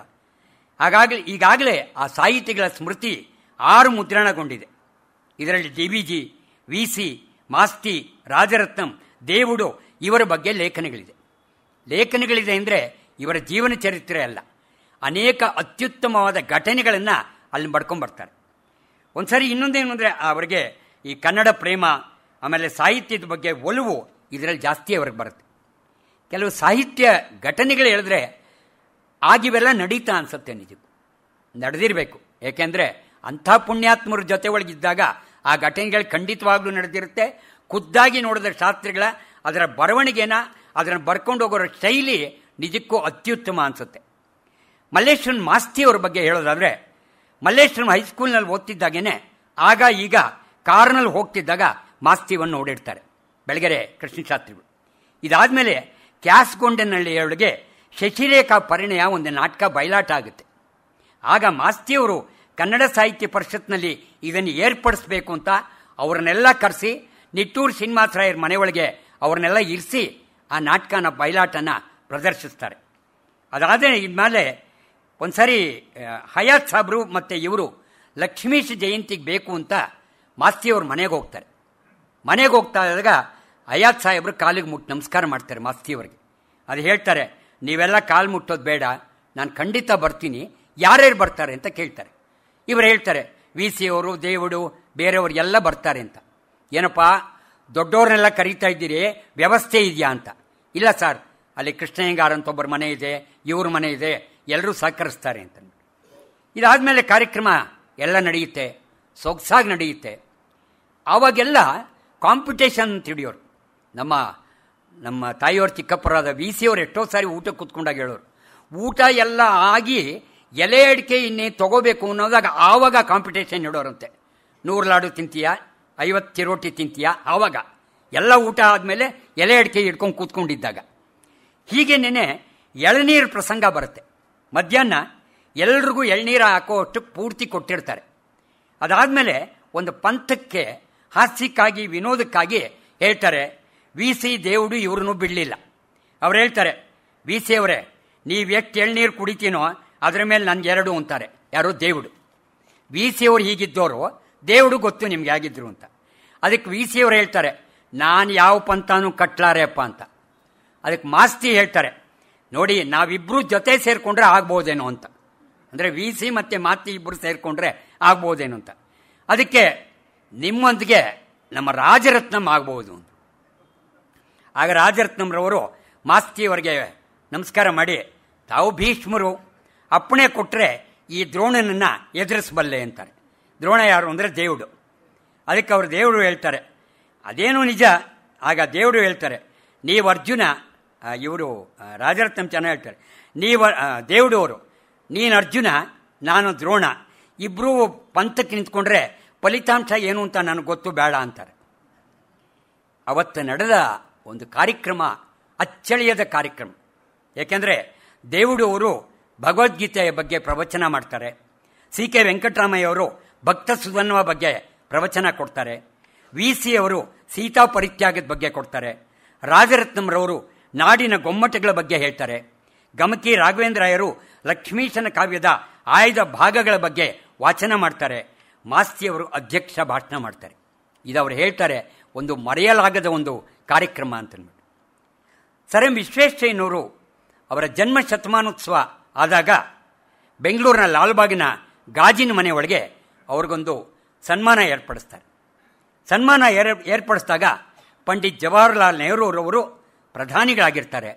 ಕೈ ಜೋಡಿಸಿ ಸೊಂಟ ಬಗ್ಸಿ ಅವರು ಆಡಿದ ಮಾತು, without arrogance I promise sir, I promise you sir, that when I salute the entire nation salutes you ಅಂತಾರೆ. ಯಾರಿಗೆ? ವಿಶ್ವೇಶ್ವರಯ್ಯನವ್ರಿಗೆ.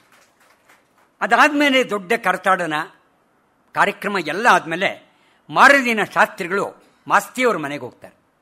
ಮಾಸ್ತಿಯವ್ರ ಮನೆಗೆ ಹೋಗಿ ಅವರು ಹೇಳ್ತಾರೆ, ಸರ್, ಒಬ್ಬ ಹಳ್ಳಿಯ ಪುರೋಹಿತನಾಗಿದ್ದ ಮಗನಿಗೆ ಹುಟ್ಟಿ, ಆ ಪುರೋಹಿತರಾದ ಮಗನ ಹುಟ್ಟಿ ಇಷ್ಟು ಸ್ವಂತ ಸಾಧನೆಯಿಂದ ದಿವಾನ್ಗಿರಿ ಹೇಳಿದ್ರೆ, ದಿವಾನ್ಗಿರಿ ತನಕ ಏರೋದ್ರಲ್ಲ, ಎಂಥ ಸ್ವಾರಸ್ಯ, ಎಂಥ ವ್ಯಕ್ತಿತ್ವ ಅಂತಾರೆ. ಅದಕ್ಕೆ ಅವರು ಮಾಸ್ತಿಯವರು ಹೇಳ್ತಾರೆ, ದಿವಾನ್ಗಿರಿ ಅವರ ಸಾಧನೆ ಅನ್ನೋದಕ್ಕಿಂತ ಒತ್ತಾಯದಿಂದ ಹೇರಲ್ಪಟ್ಟ ಒಂದು ಗೌರವ ಅಂತ ಹೇಳ್ತಾರೆ. ಅದಕ್ಕೆ ಶಾಸ್ತ್ರಿಗಳು ಹೇಳ್ತಾರೆ, ಅದು ಹೇಗೆ ಅಂತ. ಏನಿಲ್ಲ, ಡಾಕ್ಟರ್ ವಿಶ್ವೇಶ್ವರಯ್ಯನವರ ಕಾರ್ಯ ದಕ್ಷತೆ, ಶಿಸ್ತು ಎಲ್ಲ ಮಹಾರಾಜರಿಗೆ ಗೊತ್ತಿತ್ತು. ದಿವಾನರ ಹುದ್ದೆಗೆ ಒಂದು ಸಾರಿ ಆಹ್ವಾನ ಕೊಡ್ತಾರೆ. ಅವ್ರು ಕಾಗದ ಬರೀತಾರೆ, ದಿವಾನ್ ಹುದ್ದೆಗೆ ತಗೋಬೇಕು ಅಂತ. ಅದಕ್ಕೆ ಇವರು ವಿಶ್ವೇಶ್ವರಯ್ಯನವರು ಹೇಳ್ತಾರೆ, ನಾನೊಬ್ಬ ಕೆಲಸಗಾರ, ಅನುಭವ ಇಲ್ಲ, ಚಾಕಚಕ್ಯತೆ ಇಲ್ಲ, ಹೊಂದಿಕೊಳ್ಳುವ ಬುದ್ಧಿ ನನಗಿಲ್ಲ, ದಯವಿಟ್ಟು ಬೇಡ ಅಂತ ಹೇಳ್ತಾರೆ. ಅಂದರೆ ದಿವಾನ್ಗಿರಿ ತಗೊಳ್ಳಿ ಅಂದರೆ ವಿಶ್ವೇಶ್ವರಯ್ಯನವರು ಬೇಡ ಅಂತ ಹೇಳ್ತಾರೆ. ಮತ್ತೆ ಬೆಂಗಳೂರಿಗೆ ಬರ್ತಾರೆ. ಬೆಂಗಳೂರಿಗೆ ಬಂದಾಗ ಮಹಾರಾಜರ ಅರಮನೆ ಒಳಗಿದ್ದಾಗ ವಿಶ್ವೇಶ್ವರಯ್ಯನವ್ರನ್ನ ಕರೆಸ್ಕೊಳ್ತಾರೆ. ಕರೆಸ್ಕೊಂಡಾದ್ಮೇಲೆ ಮತ್ತೆ ವಿಶ್ವೇಶ್ವರಯ್ಯನವ್ರು ಅದೇ ಹೇಳ್ತಾರೆ, ನಾನು ಈಗಾಗಲೇ ಪತ್ರದಲ್ಲಿ ಬರೆದಿದ್ದೇನೆ ಮಹಾಸ್ವಾಮಿಗಳೇ, ನಾನೊಬ್ಬ ಇಂಜಿನಿಯರು, ಅಂದರೆ ಕಾರ್ಮಿಕ ಮಾತ್ರ ಅಂತ. ಅದಕ್ಕೆ ಮಹಾರಾಜರು ಹೇಳ್ತಾರೆ, ನೀವೊಬ್ಬ ಉತ್ತಮ ಕಾರ್ಮಿಕನ ಜೊತೆ ಒಳಗಡೆ ಕೆಲಸ ತಗೊಳ್ಳೋ ಮೇಲಾಧಿಕಾರಿಗಳೇ ನೀವೇ ಆದಾಗ ದಕ್ಷತೆಯಿಂದ ಚುರುಕಾಗಿ ನಡೆಯಬಹುದಲ್ವೇ ಅಂತ. ಇದಕ್ಕಿನ್ನೇನು ಒಪ್ಪೋಕ್ಕಾಗಲ್ಲ. ಒಪ್ಕೊಳ್ತಾರೆ, ಅಂತೂ ಇಂತೂ ಒಪ್ಕೊಳ್ತಾರೆ. ಆದರೆ ಒಂದು ಪಟ್ಟಾಗ್ತಾರೆ, ಮಹಾಸ್ವಾಮಿಗಳೇ ನನಗೆ ಸಾಕು ಅನ್ನಿಸಿದಾಗ ಈ ಹುದ್ದೆಯಿಂದ ಹೊರಬರುವ ಸ್ವಾತಂತ್ರ್ಯ ಪ್ರಭುಗಳು ನನಗೆ ದಯಪಾಲಿಸಬೇಕು ಅಂತ. ನನಗೆ ಯಾವಾಗ ಬೇಡ ಅಂದರೆ ನಾನು ವಾಪಸ್ ಹೋಗೋಕ್ಕೆ ನನಗೆ ಅನುಮತಿ ಕೊಡಬೇಕು ಅಂತ. ಅದೇ ರೀತಿ ಒಪ್ಕೊಳ್ತಾರೆ. ಅನೇಕ ಘಟನೆಗಳು ನಡೆಯುತ್ತೆ. ಒಂದು ಸಾರಿ ದಸರಾ ಘಟನೆ ತುಂಬ ಚೆನ್ನಾಗಿದೆ. ಆವಾಗ ಮೊದಲನೆಲ್ಲ ಏನು ಅಂತಂದರೆ, ಯುರೋಪಿಯನ್ ಅಧಿಕಾರಿಗಳು ಅವ್ರು ಯಾವತ್ತೂ ಕೆಳಗೆ ಕೂತ್ಕೊಳ್ತಾ ಇರಲಿಲ್ಲ ಮಹಾರಾಜರ ದರ್ಬಾರ್ನಲ್ಲಿ. ಅವರಿಗೆ ಯಾವಾಗಲೂ ಬೇರೆ ಕುರ್ಚಿಗಳೇ ಹಾಕಬೇಕು. ಸರಿ, ಇವರು ಇದೇನಿದು ಈ ತಾರತಮ್ಯ ಯಾಕೆ ಅಂತ ವಿಶ್ವೇಶ್ವರಯ್ಯನವ್ರು ಕೇಳ್ತಾರೆ. ಆಮೇಲೆ ಇವರೇ ದಿವಾನರಾಗಿದ್ದರಿಂದ ಹೇಗೆ ಮಾಡಬೇಕು ಅಂತ ಯೋಚನೆ ಮಾಡಿ ವಿದೇಶದವ್ರನ್ನ ಎಲ್ಲರನ್ನೂ ಕೂಡ ಆಸನ ಏರ್ಪಡಿಸ್ತಾರೆ. ಅಂದರೆ ಅವ್ರು ಹೇಳೋದು ಅಂದರೆ ಬರೀ ವಿದೇಶಿಗಳು ಯಾಕೆ ಕೂತ್ಕೋಬೇಕು ಅಂತ. ಅದಾದಮೇಲೆ ಏನು ಮಾಡ್ತಾರೆ, ರತ್ನ ಗಂಬಳಿಗಳ ಮೇಲೆ 1,000 ಕುರ್ಚಿಗಳನ್ನು ಹಾರಿಸ್ತಾರೆ. ಪಕ್ಕದ ಸಾಲಿನಲ್ಲಿ ಯುರೋಪಿಯನ್ಯರಿಗೆ ಪ್ರತ್ಯೇಕವಾಗಿ ಅದನ್ನು ಅರೇಂಜ್ ಮಾಡಿರ್ತಾರೆ. ಸ್ವದೇಶಿ ವಿದೇಶಿ ಅಂತೆ ಯಾವುದನ್ನೂ ಹೇಳ್ದಿರ ಸಮಾನವಾಗಿ ಎಲ್ರಿಗೂ ಖುಷಿಯಾಗಿ ಆ ಕಾರ್ಯಕ್ರಮ ನಡೆಯುತ್ತೆ ಮಹಾರಾಜರ ದರ್ಬಾರು. ಇದಾದಮೇಲೆ ಸರ್ ಎಂ ವಿಶ್ವೇಶ್ವರಯ್ಯನವರ ಕಾರ್ಯವೈಖರಿಗೆ ಮಹಾರಾಜರು ತುಂಬ ಮೆಚ್ಚುಗೆ ಮಾಡಿ ತಮ್ಮ ಪಚ್ಚೆಯ ಉಂಗುರವನ್ನು ವಿಶ್ವೇಶ್ವರಯ್ಯನವ್ರು ಕೊಡ್ತಾರೆ. ಅಂದರೆ ಕಾರ್ಯ ವೈಖರಿ ಹೇಗಿತ್ತು ಅಂತ ಇದನ್ನು ಅನೇಕ ಕಡೆ ನಾವು ನೋಡ್ಬೋದು. ಎಲ್ಲಕ್ಕಿಂತ ಹೆಚ್ಚಾಗಿ ಮಾಸ್ತಿಯವರು ಕೆಲ ಕಾಲ ಅವರ ಕಾರ್ಯದರ್ಶಿಯಾಗಿದ್ದರು. ವಿಶ್ವೇಶ್ವರಯ್ಯನವರ ಕಾರ್ಯದರ್ಶಿಯಾಗಿ ಕೆಲಸ ಮಾಡಿದ್ರು. ಒಂದೆರಡು ಘಟನೆ ಹೇಳಿದ್ರೆ ನಿಮ್ಗೆ ಆಶ್ಚರ್ಯ ಆಗುತ್ತೆ ಅವರು ಹೇಗಿದ್ದರು ಅಂತ. ಅವರ ಊಟ, ಶಿಸ್ತು, ತಿಂಡಿ, ವಿಶ್ರಾಂತಿ ಎಲ್ಲದರಲ್ಲೂ ನಿಯಮ. ಒಂದು ಸಾರಿ ಫೈಲ್ ಸಿದ್ಧಪಡಿಸ್ಕೊಂಡು ಚೇಂಬರ್ಗೆ ಹೋಗ್ತಾರೆ. ಚೇಂಬರ್ಗೆ ಸಹಿ ಹಾಕುವಾಗ ಸರ್ ಎಂ ವಿಶ್ವೇಶ್ವರಯ್ಯನವರು the tailor has put some more buttons ಅಂದರು. ಇವ್ರಿಗೆ ಅರ್ಥ ಆಗಲಿಲ್ಲ ಮಾಸ್ತಿಯವರಿಗೆ, ಇದೇನು ಸೈನ್ ಹಾಕುವಾಗ ಟೈಲರ್ ಎಲ್ಲಿಂದ ಬಂದ ಅಂತ. ಸರಿ, ಇನ್ನೊಂದು ಕೊಟ್ಟರು. ಮತ್ತೆ ಹೇಳಿದ್ರು the tailor has put some more buttons ಅಂತ ಇದಾಕಿದ್ರು. ಇವರು ಮತ್ತೆ ಅರ್ಥ ಆಗಿಲ್ಲ. ಸ್ವಲ್ಪ ಜೋರಾಗೆ ಹೇಳಿದ್ರಂತೆ, the tailor has put some more buttons ಅಂತ ನೋಡಿದ್ರಂತೆ. ಮಾಸ್ತಿಯವರು ಒಂದೇ ಒಂದು ಗುಂಡಿ ಹಾಕ್ಕೊಂಡಿದ್ದಾರೆ, ಮಿಕ್ಕಿದ ಗುಂಡಿ ಹಾಕಿಲ್ಲ. ಕೋಟ್ಗೆ ಗುಂಡಿ ಹಾಕಿರಲಿಲ್ಲ. ಅದಕ್ಕೆ ಅವ್ರು ಈಗ ಹೇಳಿದ ಮೇಲೆ ಎಲ್ಲ ಗುಂಡಿಗಳು ಹಾಕ್ಕೊಂಡ್ರಂತೆ. ಮಾಸ್ತಿಯವರು ನಗ್ನಗ್ತಾ ಮಾತಾಡಿದ್ರು, ಎಲ್ಲ ಆಯಿತು. ಅದಾದಮೇಲೆ yes that's like a good boy ಅಂತ. ಅವತ್ತಿನಿಂದ ಮಾಸ್ತಿಯವರು ಮನೆ ಹೊರಡುವಾಗ ಕನ್ನಡಿ ಮುಂದೆ ನಿಂತ್ಕೊಂಡು ಗುಂಡಿಗಳು ಸರಿಯಾಗಿದೆಯಾ ನೋಡಿಕೊಂಡು, ಪೇಟ ಸರಿಯಾಗಿದೆಯಾ ನೋಡಿಕೊಂಡು, ನಾಮ ಸರಿಯಾಗಿದೆಯಾ ಇಲ್ವೋ ನೋಡಿಕೊಂಡು, ಎಲ್ಲ ನೋಡಿಕೊಂಡು ಚೇಂಬರ್ಗೆ ಎಂಟ್ರಾಗುವಾಗ ಮತ್ತೆ ಗುಂಡಿಗಳು ಸರಿ ಇದೆಯಾ ಇಲ್ವ ಅಂತ ಹೋಗ್ತಾ ಇದ್ರಂತಲ್ಲಿ. ಅವ್ರು ಇನ್ನೊಂದೇನೆಂದರೆ, ಒಂದು ಸಾರಿ ಸರ್ ಎಂ ವಿಶ್ವೇಶ್ವರಯ್ಯನವರು ಭಾಳ ಮೆಚ್ತಾರೆ ಅಂತಂದ್ಬಿಟ್ಟು ಟೈ ಕಟ್ಕೊಂಡು ಹೋಗಿದ್ರಂತೆ ಮಾಸ್ತಿಯವರು. ಟೈ ಕಟ್ಕೊಂಡಾಗ ನೋಡ್ತಾನೇ ಭಾಳ ಖುಷಿಯಾಗ್ತಾರೆ ಇವರು ವಿಶ್ವೇಶ್ವರಯ್ಯನವರು. ಆಮೇಲೆ that's good, that's all right, but there is something wrong, it is to be rectified ಅಂತ ತಮ್ಮ ವಿಶ್ರಾಂತಿ ಕೋಣೆಗೆ ಹೋಗ್ತಾರೆ. ಹೋಗ್ಬಿಟ್ಟು ಹೇಳ್ತಾರೆ, your neck is okay but not is not okay. ಕಡೆ ಒಳಗೆ come on I will do it for you will learn immediately ಅಂತ ಹೇಳಿ ಅದನ್ನು ತೆಗೆದು ನಾಟ್ ಹೇಗೆ ಹಾಕಬೇಕು ಅಂತ ತೋರಿಸಿ ಅವ್ರನ್ನ ತಿರ್ಗಾ ತೆಗೆಸಿ ಮಾಸ್ತಿಯವ್ರ ಕಡೆ ತಿರ್ಗಾ ಹಾಕಿಸ್ಕೊಂಡ್ಮೇಲೆ come on I will put not once again ಅಂತ ಹೇಳಿಬಿಟ್ಟು ಅವ್ರ ಕೈಯಿಂದೆ ಕಟ್ಕೊಂಡ್ರು. That's like a smart boy ಅಂತಾರೆ. ಇದು ಮಾಸ್ತಿಯವರು. ಎಲ್ಲಕ್ಕಿಂತ ಹೆಚ್ಚಾಗಿ ಬೆಳಿಗ್ಗೆ 4 ಗಂಟೆಯಿಂದ ರಾತ್ರಿ 10 ಗಂಟೆ ಒಳಗೆ ಏನೇನು ಕೆಲಸ ಮಾಡಬೇಕು ಎಲ್ಲವನ್ನ ವೇಸ್ಟ್ ಆಗದೆ ನಿಗದಿಯಾಗಿ ಕೆಲಸ ಮಾಡುವಂಥ ಒಬ್ಬ ಪ್ರಾಮಾಣಿಕರಿದ್ದವರು ಅಂದರೆ ಸರ್ ಎಂ ವಿಶ್ವೇಶ್ವರಯ್ಯನವರು. ಐ ಥಿಂಕ್ ಇನ್ಯಾರೂ ಬೇರೆ ಕಾಣರು ಅಂತ ಕಾಣಿಸುತ್ತೆ. ಒಂದು ಸಾರಿ ಯುಗಾದಿ ಮುಖ್ಯವಾದ ಒಂದು ರೆಕಾರ್ಡ್ಸ್ ತೀರ್ಮಾನ ತಗೋಬೇಕಾಗಿರುತ್ತೆ. ಅದಕ್ಕೆ ಇವ್ರು ಹೇಳ್ತಾರೆ, ನಿಮಗೇನು ತೊಂದರೆ ಇಲ್ಲ ಅಂದರೆ ನಾಳೆ ಬರೋಕ್ಕಾಗುತ್ತಾ ಅಂತ. ಮಾಸ್ತಿಯವ್ರು ಹೇಳ್ತಾರೆ, ಇಲ್ಲ ನಾನು ಬರ್ತೀನಿ ಸರ್ ಅಂತಾರೆ. ಅಲ್ಲ ನಿಮಗೇನು ತೊಂದರೆ ಇಲ್ವಾ ಅಂತ. ಇಲ್ಲ ಸರ್ ಬರ್ತೀನಿ ಅಂತ. ಹಿಂದಿನ ದಿನನೇ ಹಬ್ಬಕ್ಕೆ ಏನೇನು ತಯಾರಿ ಮಾಡಬೇಕೋ ಎಲ್ಲ ಮಾಡ್ಕೊತಾರೆ. ಹೋಗಾದ್ಮೇಲೆ ಎಲ್ಲ ಫೈಲ್ ತುಂಬ ಇಂಪಾರ್ಟೆಂಟ್ ಇರ್ತಕ್ಕಂಥ ಫೈಲ್ನ ಒಂದು 2 ಗಂಟೆ ಪೂರ್ತಿ ಮಾಡ್ತಾರೆ. ಎಲ್ಲ ನೋಡ್ಕೊಂಡಾದ್ಮೇಲೆ 12 ಗಂಟೆಗೆ it's 12 now, please go home, your people will waiting and your wife will be scold definitely if I not send you now, please go head ಅಂತಾರೆ. ಅಂದರೆ ಅದು ಹೇಗಿದೆ ನೋಡಿ ಅವರ ವ್ಯಕ್ತಿತ್ವಕ್ಕೆ ಹೇಳೋದು. ಒಂದು ಚಳ್ಳಕೆರೆ ಒಳಗೆ ಬಿಸ್ನೀರ್ ಬಸಣ್ಣ ಅಂತಿರ್ತಾನೆ. ಆ ಬಿಸ್ನೀರ್ ಬಸಣ್ಣ ಒಬ್ಬ ವ್ಯಾಪಾರೋದ್ಯಮಿ. ಅವರ ಅನೇಕ ಪುಸ್ತಕಗಳನ್ನು ಓದಿರ್ತಾರೆ. ಬಿಸ್ನೀರು ಅವರ ಮನೆತನಕ್ಕೆ ಬಂದಿರೋ ಹೆಸರದು. ಯಾಕೆಂದರೆ ಅಲ್ಲಿನವ್ರು ಕರೆಯೋದೇ ರೂಢಿ. ಹಾಗೆ ಶಾಸ್ತ್ರಿಗಳು ಭಾಳ ಕಡೆ ಹೇಳ್ಕೊಂಡ್ಬರ್ತಾರೆ, ಇವರು ಮನೆಗೆ ಯಾರೇ ಬರಲಿ ಬಿಸ್ನೀರನ್ನು ಕೊಡ್ತಾ ಇದ್ರು ಅಂತ. ಅಂದರೆ ಯಾವ ಹಳ್ಳಿ ಒಳಗೆ ಯಾರೇ ಬಂದರೂ ಕೂಡ ಬಿಸ್ನೀರಿಲ್ಲ ಅಂದರೆ ಇವರು ಬಿಸ್ನೀರು ಕೊಡ್ತಾ ಇದ್ರು ಅಂತ. ಹಾಗಾಗಿನೇ ಆ ಬಿಸ್ನೀರು ಬಸಣ್ಣ ಅಂತ ಹೆಸರು ಬಂದಿತ್ತು. ಅವರ ತಾತ ತಂದೆ ಇವರೆಲ್ಲರೂ ಕೂಡ ಶರಣಲೀಲಾಮೃತ, ರಾಮಾಯಣ, ಶೂನ್ಯ ಸಂಪಾದನೆ, ಮಹಾಭಾರತ ಇವುಗಳೆಲ್ಲ ಓದ್ಕೊಂಡು ಬರ್ತಾ ಇದ್ರಂತೆ. ಬಸವಣ್ಣವರು ಮಾಸ್ತಿಗಳ ಎಲ್ಲ ಕೃತಿಗಳನ್ನ ಓದ್ಮೇಲೆ ಕಿಂಗ್ಲಿಯರ್ ಬಗ್ಗೆ ಮಾತಾಡ್ತಾ, ನೋಡಿ ಶೇಷಕೆ ರಾಯರು ಚಿಕ್ಕಿದ್ರು, ಅವರು ನಿಮಗಿಂತ ಭಾಳ ಚಿಕ್ಕೋರು, ಅವ್ರ ಹತ್ರ ಮುನ್ನುಡಿ ಬರ್ತಿದ್ದೀರಲ್ಲ, ಇದು ಸರಿನಾ ಅಂತ ಕೇಳ್ತಾರೆ. ಯಾರು? ಬಸಣ್ಣವರು ಮಾಸ್ತಿಯವ್ರನ್ನ. ಅದಕ್ಕೆ ಅವ್ರು ಹೇಳ್ತಾರೆ, ಮಾಸ್ತಿಯವರು ವಯಸ್ಸಿನಲ್ಲಿ ಅವರು ಚಿಕ್ಕೋರಿದ್ರು ಕೂಡ ಅವರ ಪರಿಧಿನೇ ಬೇರೆ, ಅದಕ್ಕೆ ಬರ್ಸಿದ್ದೀನಿ ಅಂತಂದ್ಬಿಟ್ಟು. ಇದಾದಮೇಲೆ ಅನೇಕ ಪುಸ್ತಕಗಳನ್ನ ಹೇಳ್ಕೊಂಡ್ಬರ್ತಾರೆ ಮಾಸ್ತಿಯವರು. ಇನ್ನೊಂದು ಅಂದರೆ ಒಂದು DVG ಘಟನೆ ಹೇಳಕ್ಕೆ ಇಷ್ಟಪಡ್ತೀನಿ. DVG ಅವ್ರನ್ನ ಲಕ್ಷ್ಮೀಶ್ ಜಯಂತಿ ಕರೀಬೇಕು ಅಂತ ಹೋಗ್ತಾರೆ. ಯಾರು? ಚಂದ್ರಶೇಖರ್. ಇವರು ನಮ್ಮ ಬೆಳಗೆರೆ ಕೃಷ್ಣ ಶಾಸ್ತ್ರಿಗಳು, ಆ ಊರಿನ ಪಟೇಲರಾದ ಹಯಾತ್ ಸಾಹೇಬರು ಇಬ್ಬರು ಮನೆಗೆ ಹೋಗ್ತಾರೆ. 9 ಗಂಟೆಗೆ ಆಗ ಸ್ನಾನ. DVG ಅವರು, ಪಟೇಲರು ಮತ್ತು ಕೃಷ್ಣ ಶಾಸ್ತ್ರಿಗಳು ಇಬ್ಬರು ನೆಲದ ಮೇಲೆ ಇದ್ರ ಮೇಲೆ ಕೂತ್ಕೊಂಡಿದ್ದಾರೆ, ಕೆಳಗಡೆ ಅಲ್ಲಿ ಜಮಖಾನ್ ಮೇಲೆ ಕೂತ್ಕೊಂಡಿದ್ದಾರೆ.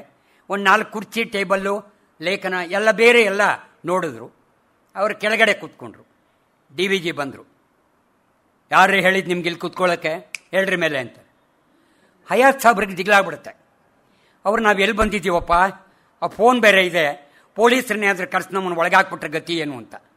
ಈ ಬೆಳಗೆರೆ ಕೃಷ್ಣ ಶಾಸ್ತ್ರಿಗಳು, ಸರ್ ನಾನು ಚಂದ್ರಶೇಖರ್ ಶಾಸ್ತ್ರಿಗಳವರ ಮಗ, ಗೊತ್ತು ಕಿಟ್ಟಪ್ಪ ಅಂತ. ಕೂತ್ಕೋ. ಇಲ್ಲಿ ಯಾರು ಕೂತ್ಕೊಂತ ಹೇಳಿದ್ದು? ಏನೋ ನಾವು ಹಳ್ಳಿಯವರು ಇಲ್ಲೇ ಕೂತ್ಕೊಂಡ್ವಿ ಅಂತ. ಇದೆಲ್ಲ ಇರೋದು ಯಾತಕ್ಕೆ? ಹೇಳಿ ಮೇಲೆ ಕೂತ್ಕೊಳ್ಳಿ ಅಂತಾರೆ. ಹಯಾತ್ ಸಾಬ್ರು, ಇರಲಿ ಬಿಡಿ ಪರವಾಗಿಲ್ಲ ಅಂದರೆ, ಸಾಹೇಬ್ರೆ ಅಂತ ಎದ್ದು ಅವ್ರನ್ನ ಎಬ್ಬತ್ಬಿಟ್ಟು ಆ ಕುರ್ಚಿ ಮೇಲೆ ಕೂತ್ಕೊಳ್ತಾರೆ. ಕೂತ್ಕೊಂಡಾದ್ಮೇಲೆ ಈಗ ಹೇಳಿ ಏನು ಬಂದಿದ್ದು ಅಂತ. ಅಂದರೆ DVG ಅವ್ರು ಅದೇ ಹೇಳ್ತಾರೆ. DVG ಅವ್ರ ಜೊತೆಗೆ ನಡೆದ ಘಟನೆ ಹೇಗಿದೆ ಅಂತ. ಅದಾದಮೇಲೆ ಕಾಫಿ ಬರುತ್ತೆ. ಹೇಳ್ತಾರೆ, ಈಗ ಲಕ್ಷ್ಮೀಶ ಜಯಂತಿ ಇದೆ, ಆಮೇಲೆ ಸಾಹೇಬ್ರನ್ನೇ ಸ್ವಾಗತ ಸಮಿತಿಯ ಅಧ್ಯಕ್ಷರು ಅಂತ. ಅದಕ್ಕೆ ಅವ್ರು ಹೇಳ್ತಾರೆ, ದೇವನೂರು ಸ್ಥಳ ಮಾಡ್ತಿರೋದು ಲಕ್ಷ್ಮೀ ಜಯಂತಿ, ಅದಕ್ಕೆ ಇಂಪಾರ್ಟೆಂಟ್ ಆಗಿರೋರು ಯಾರು ಅಂದರೆ ಹಯಾತ್ ಸಾಹೇಬರು. ಈ DVG ಬರದೇ ಇರ್ತಾರಾ? ಯಾರ್ಯಾರು ಬರ್ತೀರಿ ಅಂತಾರೆ, ಎಲ್ಲ ಹೇಳ್ತಾರೆ. ಅದಾದಮೇಲೆ DVG ಹೇಳ್ತಾರೆ, 1937ರಲ್ಲಿ ತೀತಾ ಶರ್ಮಾ ಅವರು ನಾನು ಇಬ್ಬರು ಕೂಡ ದೇವನೂರಿಗೆ ಬಂದಿದ್ವಿ. ಲಕ್ಷ್ಮೀಶನ ಮನೆಯಿಂದ 3 ಕಲ್ಲುಗಳನ್ನ ತೊಗೊಂಬಂದಿದ್ದೀನಿ ನೋಡಿ, ಇಲ್ಲಿದೆ ಅಂತ ತೋರಿಸ್ತಾರೆ. ಲಕ್ಷ್ಮೀಶನ 3 ಕಲ್ಲುಗಳು ತೊಗೊಂಬಂದಿದ್ದೀನಿ ನೋಡಿ ಅಂತ. ಇನ್ನೊಂದು ಸಾರಿ ರಾಮಕೃಷ್ಣ ಆಶ್ರಮದಲ್ಲಿ DVG ಅವರು ಉಪನ್ಯಾಸ. ಸಭೆ ತುಂಬ ಕಿಕ್ಕಿರಿದಿರುತ್ತೆ. ಪಕ್ಕದಲ್ಲಿ ಸಂಪತ್ಗಿರಾಯರು ಮತ್ತು ನಮ್ಮ ಇವ್ರದ್ದು ಶಾಸ್ತ್ರಿಗಳು ಬರ್ತಾರೆ, ಬೆಳಗೆರೆ ಅವರು. ಏನು ಯಾವಾಗ ಬಂದಿರಿ, ಚೆನ್ನಾಗಿದ್ದೀರಾ ಅಂತಾರೆ. ಮೇಲೆ ಕತ್ಕೊಂಡು ಹೋಗ್ತಾರೆ. ಸ್ಥೂಲ ಶರೀರ ಅವರು. ಹೋಗುವಾಗ ಕಾಲಿನ ಪಂಪ್ ಶೂನ ಈಗೇನೋ ರಬ್ ಮಾಡಿ ಅಲ್ಲಿ ಬಿಡ್ತಾರೆ. ಅವರು ನಾವೇ ಇಳಿಸಿದ್ದೀವಿ ಅಂತ ಹೇಳ್ಕೊತಾರೆ. ಆ ಚಿಕ್ಕ ಸ್ವಾಮಿಗಳು ಅದನ್ನು ಎತ್ಕೊಳ್ತಾರೆ, ನೋಡಿರಲ್ಲ. ಉಪನ್ಯಾಸ ಆಗುತ್ತೆ, ಒಳ್ಳೆ ಈ ಈಶಾವಾಸ್ಯ ಉಪನಿಷತ್ತಿನ ಬಗ್ಗೆ ಎಲ್ಲ ಆಗುತ್ತೆ. ಇಳಿಯೋವಾಗ ವಾಪಸ್ ಬರಬೇಕಾದ್ರೆ ಕರ್ಕೊಂಬಂದರೆ ಆ ರಾಮಕೃಷ್ಣ ಆಶ್ರಮ ಚಿಕ್ಕ ಸ್ವಾಮಿಗಳು ಆ 2 ಪಂಪ್ ಶೂನ ತೊಗೊಂಬಂದು DVG ಅವ್ರ ಕಾಲ್ಗಿಡ್ತಾರೆ. ಆವಾಗ ನೋಡ್ತಾರೆ, ಇದೇನಿದು ಅಂತ. ಏನೂ ಮಾತಾಡಲ್ಲ. ಅವ್ರ ಧನ್ಯಭಾವದಿಂದ ಹೀಗೆ ಅಂತಾರೆ, ಇದನ್ನು ಯಾಕೆ ವರ್ಣಿಸು, ಇದು ಯಾರಿಗೆ ಹೆಚ್ಚು ಅಂತ ಹೇಳ್ತಾರೆ ಅವರು. ಇನ್ನೊಂದು ಸಾರಿ ಈಗ ತಾನೇ ರಾಮೋತ್ಸವ ಮುಗ್ದಿದೆ, ಚಾಮರಾಜಪೇಟೆ ಒಳಗೆ ರಾಮೋತ್ಸವ ಒಂದು ಸಾರಿ. ಆವಾಗ ವಿದ್ವಾನ್ ಮಧುರೆ ಮಣಿಯಯ್ಯರವರ ಸಂಗೀತ, ಮೈಸೂರಿನ ಚೌಡಯ್ಯನವರ ಪಿಟೀಲು, ಮೃದಂಗ ಪಾಲ್ಘಾಟ್ ಮಣಿಯಯ್ಯರು. ಭಾಳ 3 ಗಂಟೆಯ ಸೊಗಸಾದ ಕಾರ್ಯಕ್ರಮ. ಜಯಚಾಮರಾಜೇಂದ್ರ ಒಡೆಯರವರು ಕೂಡ ಅಲ್ಲೇ ಇರ್ತಾರೆ. ಎಲ್ಲ ಆದಮೇಲೆ ಮಹಾರಾಜರಿಗೆ ಹೇಳ್ತಾರೆ, ದಯವಿಟ್ಟು ಇವರು 3 ಜನಕ್ಕೂ ಒಂದು ಹಾರ ಸಮರ್ಪಿಸಿ ಅಂತ. ಅದಕ್ಕೆ ಅವರು ಹೇಳ್ತಾರೆ, ಈ 3 ಗಾನಲೋಕದ ಮಹಾಚಿಕ್ಕರುಗಳು ನಿಜಕ್ಕೂ ಇವರಿಂದ ನಾನು ಇದನ್ನು ಅರ್ಪಿಸೋಕ್ಕಿಂತ ನನಗಿಂತ ಹಿರಿಯರು ದೊಡ್ಡವರಿದ್ದಾರೆ, ಅವರು ಅರ್ಪಿಸ್ಲಿ ಅಂತ DVG ಅವರು ಕೊಡ್ತಾರೆ. DVG ಅವರು ಈ ಹಾರನ ತಗೊಂಡು ಮಹಾರಾಜರು ನನ್ನ ಮೇಲೆ ಅಭಿಮಾನ ಇಟ್ಕೊಂಡಿರೋದನ್ನ ಸಂತೋಷವಾಗಿ ನಾನು ಸ್ವೀಕರಿಸ್ತೀನಿ, ನೀಡ್ತೀನಿ ಅಂತೇಳಿ 3 ಗಂಟೆ ಕಾರ್ಯಕ್ರಮ ಆದಮೇಲೆ ವಂದನಾರ್ಪಣೆ ಆಗೋ ಟೈಮ್ನಲ್ಲಿ DVG ಅವರು 20 ನಿಮಿಷ ಮಾತಾಡ್ತಾರಂತೆ. ಸಂಗೀತದ ಬಗ್ಗೆ, ಆ ಹುಟ್ಟಿನ ಬಗ್ಗೆ ಎಲ್ಲವನ್ನ ಹೇಳ್ತಾರೆ. ಯಾರೂ ಕದಲಿಲ್ವಂತೆ. ಎಲ್ಲ ಆದಮೇಲೆ ಅವ್ರು ಹೇಳ್ತಾರೆ, ಅವ್ರಿಗೆ ಹಾರಗಳನ್ನ ಅರ್ಪಿಸ್ತಾರೆ. ಆವಾಗ ಮಧುರೆ ಮಣಿಯಯ್ಯರು ಒಂದು ಮಾತು ಹೇಳ್ತಾರೆ, ನಾವು ಸಂಗೀತ ಒಂದು ಮಹಾಸಾಗರ, ನಾವೇನೋ ಸ್ವಲ್ಪ ಕಲ್ತ್ಕೊಂಡು ಹಾಡಿರ್ಬೋದು, ಆದರೆ ಈ ಹಿರಿಯರು ವಿವರಿಸಿದಷ್ಟು ನನಗೆ ಗೊತ್ತಿಲ್ಲ, ನಮಗೆ ನಿಜವಾಗ್ಲೂ ಧನ್ಯತೆ ಅಂತಂದ್ಬಿಟ್ಟು ಹೇಳ್ತಾರೆ. ಇದು DVG ಅವರು. ವಿ ಸಿ ಅವರು ಬಹಳ ಒಂದು ರೀತಿ ಅಂತಂದರೆ ಚಂದ್ರಶೇಖರ್ ಶಾಸ್ತ್ರಿಗಳ ಬಗ್ಗೆ ಒಂದು ಲೇಖನ ತಗೋಬೇಕು ಅಂತ ವಿ ಸಿ ಅವರು ಮನೆಗೆ ಹೋಗ್ತಾರೆ. ಮನೆಗೆ ಹೋದಾಗ ವಿ ಸಿ ಅವ್ರು ಗೊಳೋ ಅಂತ ಹತ್ಬಿಡ್ತಾರೆ. ಹತ್ಬಿಟ್ಟು ನಾನು ಅಪರಾಧ ಮಾಡಿದ್ದೀನಪ್ಪ ಅಂತಾರೆ. ಅವರು ಅಲ್ಲಿ ಏನು ಅಪರಾಧ ಮಾಡಿದ್ದೀರಿ? ಏನಿಲ್ಲ, ನಿಮ್ಮ ತಂದೆಯವರು ಯಾವಾಗಲೂ ಬರೋರು, ನಮ್ಮ ಮನೆಗೆ ಬಂದರೆ ಒಂದು 4-5 ದಿನ ಇಲ್ಲೇ ಇರೋರು, ಮಕ್ಕಳಿಗೆಲ್ಲ ತುಂಬ ಇಷ್ಟ ಅವ್ರನ್ನ ಕಂಡ್ರೆ. ಅವ್ರು ಏನೂ ಕೇಳ್ತಿರ್ಲಿಲ್ಲ, ಅವ್ರ ಜೊತೆ ಒಳಗೆ ಅಷ್ಟು ಚೆನ್ನಾಗಿದ್ರು.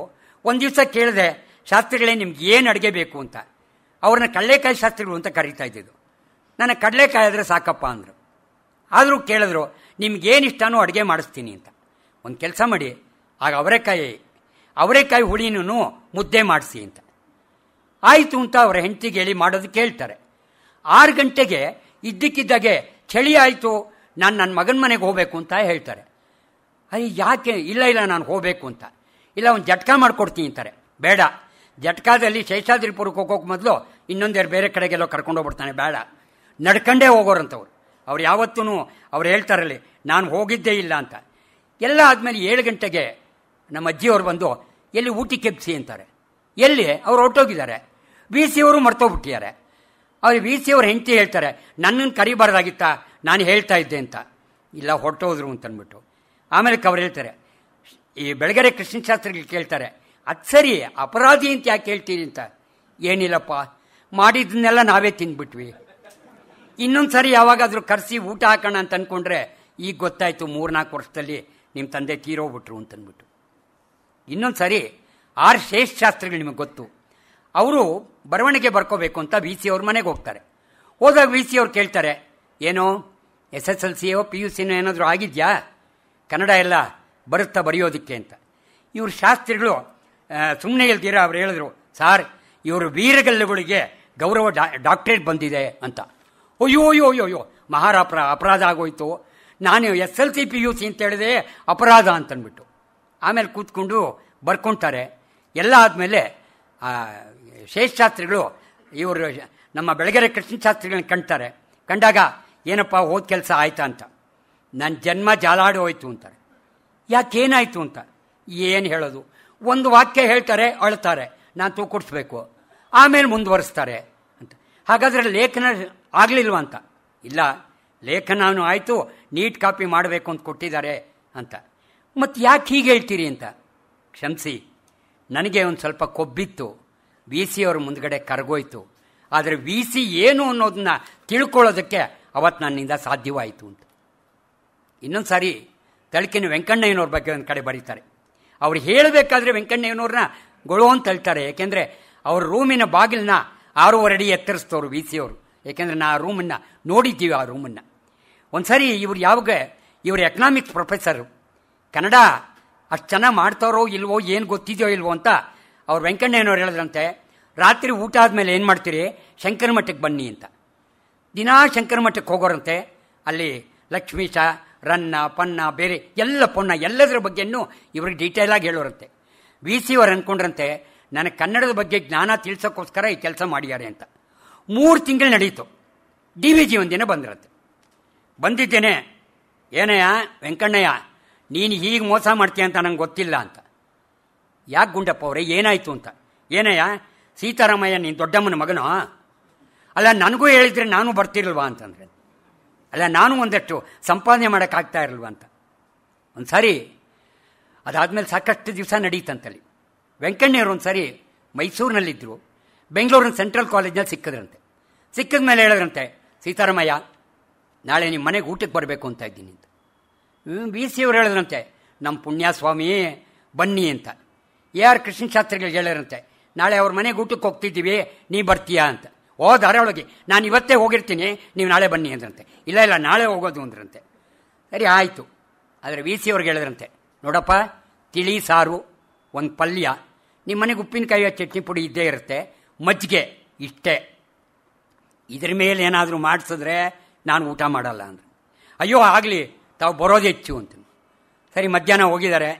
ಅಚ್ಚುಕಟ್ಟಾಗಿ ಆಲೂಗಡ್ಡೆ ಈರುಳ್ಳಿ ಹುಳಿ, 2 ಪಲ್ಯ, ಕೋಸಂಬರಿ, ಚಿತ್ರಾನ್ನ, ಆಂಬೋಡೆ ಎಲ್ಲ ಮಾಡಿಸ್ಬಿಟ್ಟಿದ್ದಾರೆ.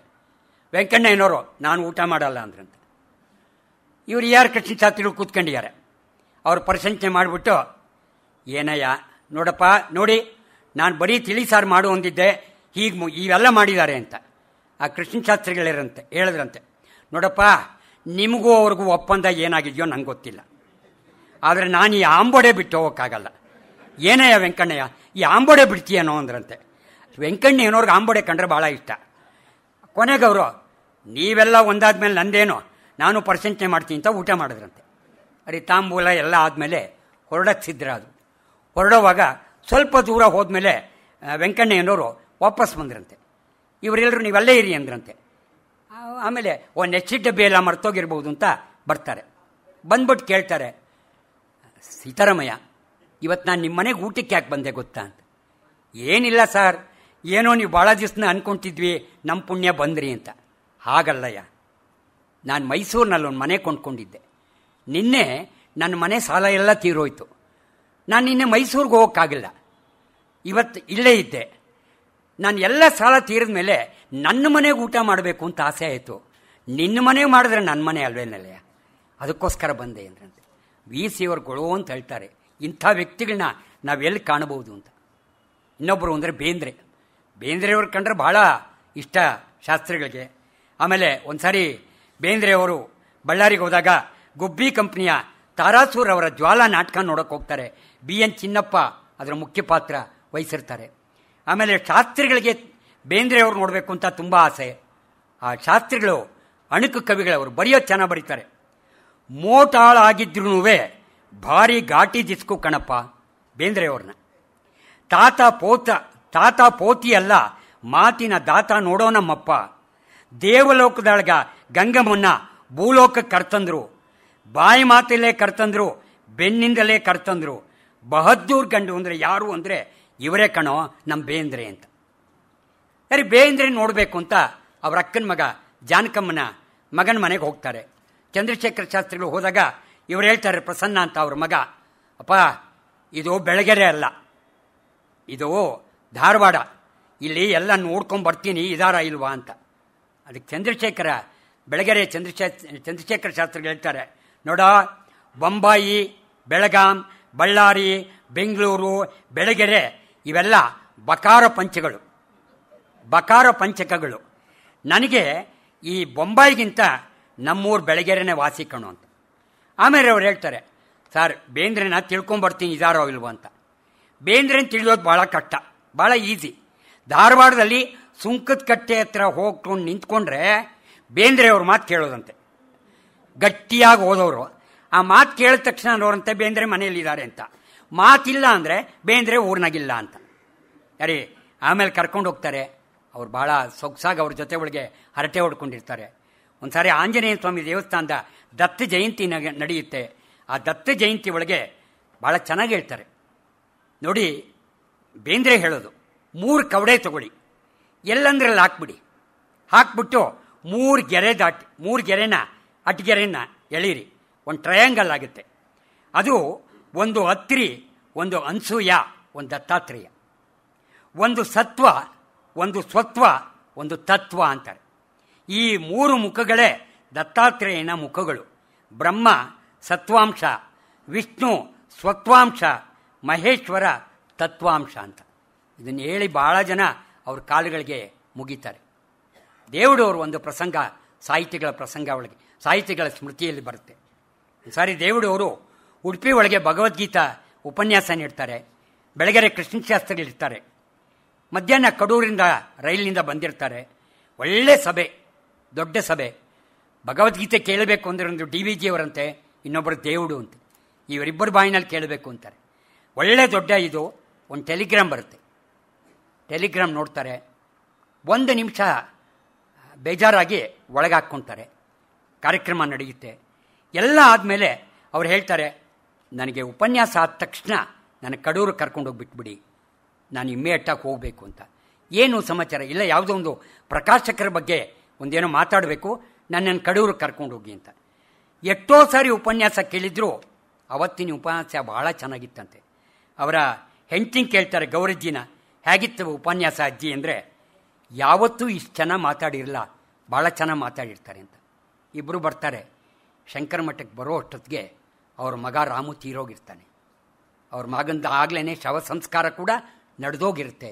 ಅವ್ರ ಮಗ ರಾಮು ಚಿಂತಾಮಣಿಯ ಪಾಲಿಟೆಕ್ನಿಕ್ನಲ್ಲಿ ಕೆಲಸ ಮಾಡ್ತಿರ್ತಾರೆ. ಅದಾದಮೇಲೆ ಅವ್ರ ಗೌರಜ್ಜಿ ಪ್ರಜ್ಞೆ ಕಳೀತಾರೆ. ಆಮೇಲೆ ಅವ್ರನ್ನ ಎಚ್ಚರಿಸ್ತಾರೆ. ಕಡೆಯೊಳಗೆ ಮಗನ ಮುಖ ನೋಡಲ್ವಲ್ಲ ಅಂತ ಅನಿಸುತ್ತೆ. ಅದಾದಮೇಲೆ ಅವ್ರು ಹೇಳ್ತಾರೆ, ಅಲ್ಲ ಸ್ವಾಮಿ, ಇಷ್ಟೆಲ್ಲ ವಿಷಯ ತಿಳಿದ ಮೇಲೂ ನೀವು ಅಂಥ ಅಮೋಘ ಭಾಷಣ ಮಾಡಿದ್ರಲ್ಲ, ಇದೇನು ಅಂತಾರೆ. ಅದಕ್ಕೆ ಕೇವಲ ಹೇಳ್ತಾರೆ, ಗೀತೋಪದೇಶದ ಸ್ಥಿತಪ್ರಜ್ಞ ಲಕ್ಷಣ ನಾನೇ ಕಂಡುಕೊಂಡೆ, ಅದು ಎಲ್ಲಿಂದ ಬಂತೋ ಗೊತ್ತಿಲ್ಲ ಅಂತ. ಇದಕ್ಕೂ ಆಶ್ಚರ್ಯ ಅನಿಸುತ್ತದೆ. ಎಲೆಮರೆಯ ಆಲರು ಅಂತಿದೆ. ಆ ಎಲೆಮಲೆ ಹಾರನ್ನು ಒಂದು ಹೇಳ್ಬಿಟ್ಟು ನಾನು ಇನ್ನೊಂದು ಹೇಳಿ ಮುಗಿಸ್ತೀನಿ. ಅದರಲ್ಲಿ ಭಾಳ ಚೆನ್ನಾಗಿದೆ. ಇದಾಗಲಿ ಒಂದು ಸಣ್ಣ ಪುಸ್ತಕ. ಇದು ಕೂಡ ನಾನು ಈಗಾಗಲೇ ಹೇಳಿದೆ, ಸ್ಮೃತಿಗಳ ಮಾಲೆಯಲ್ಲಿ ಅಂತಲೇ ಇದ್ದಾಗೆ.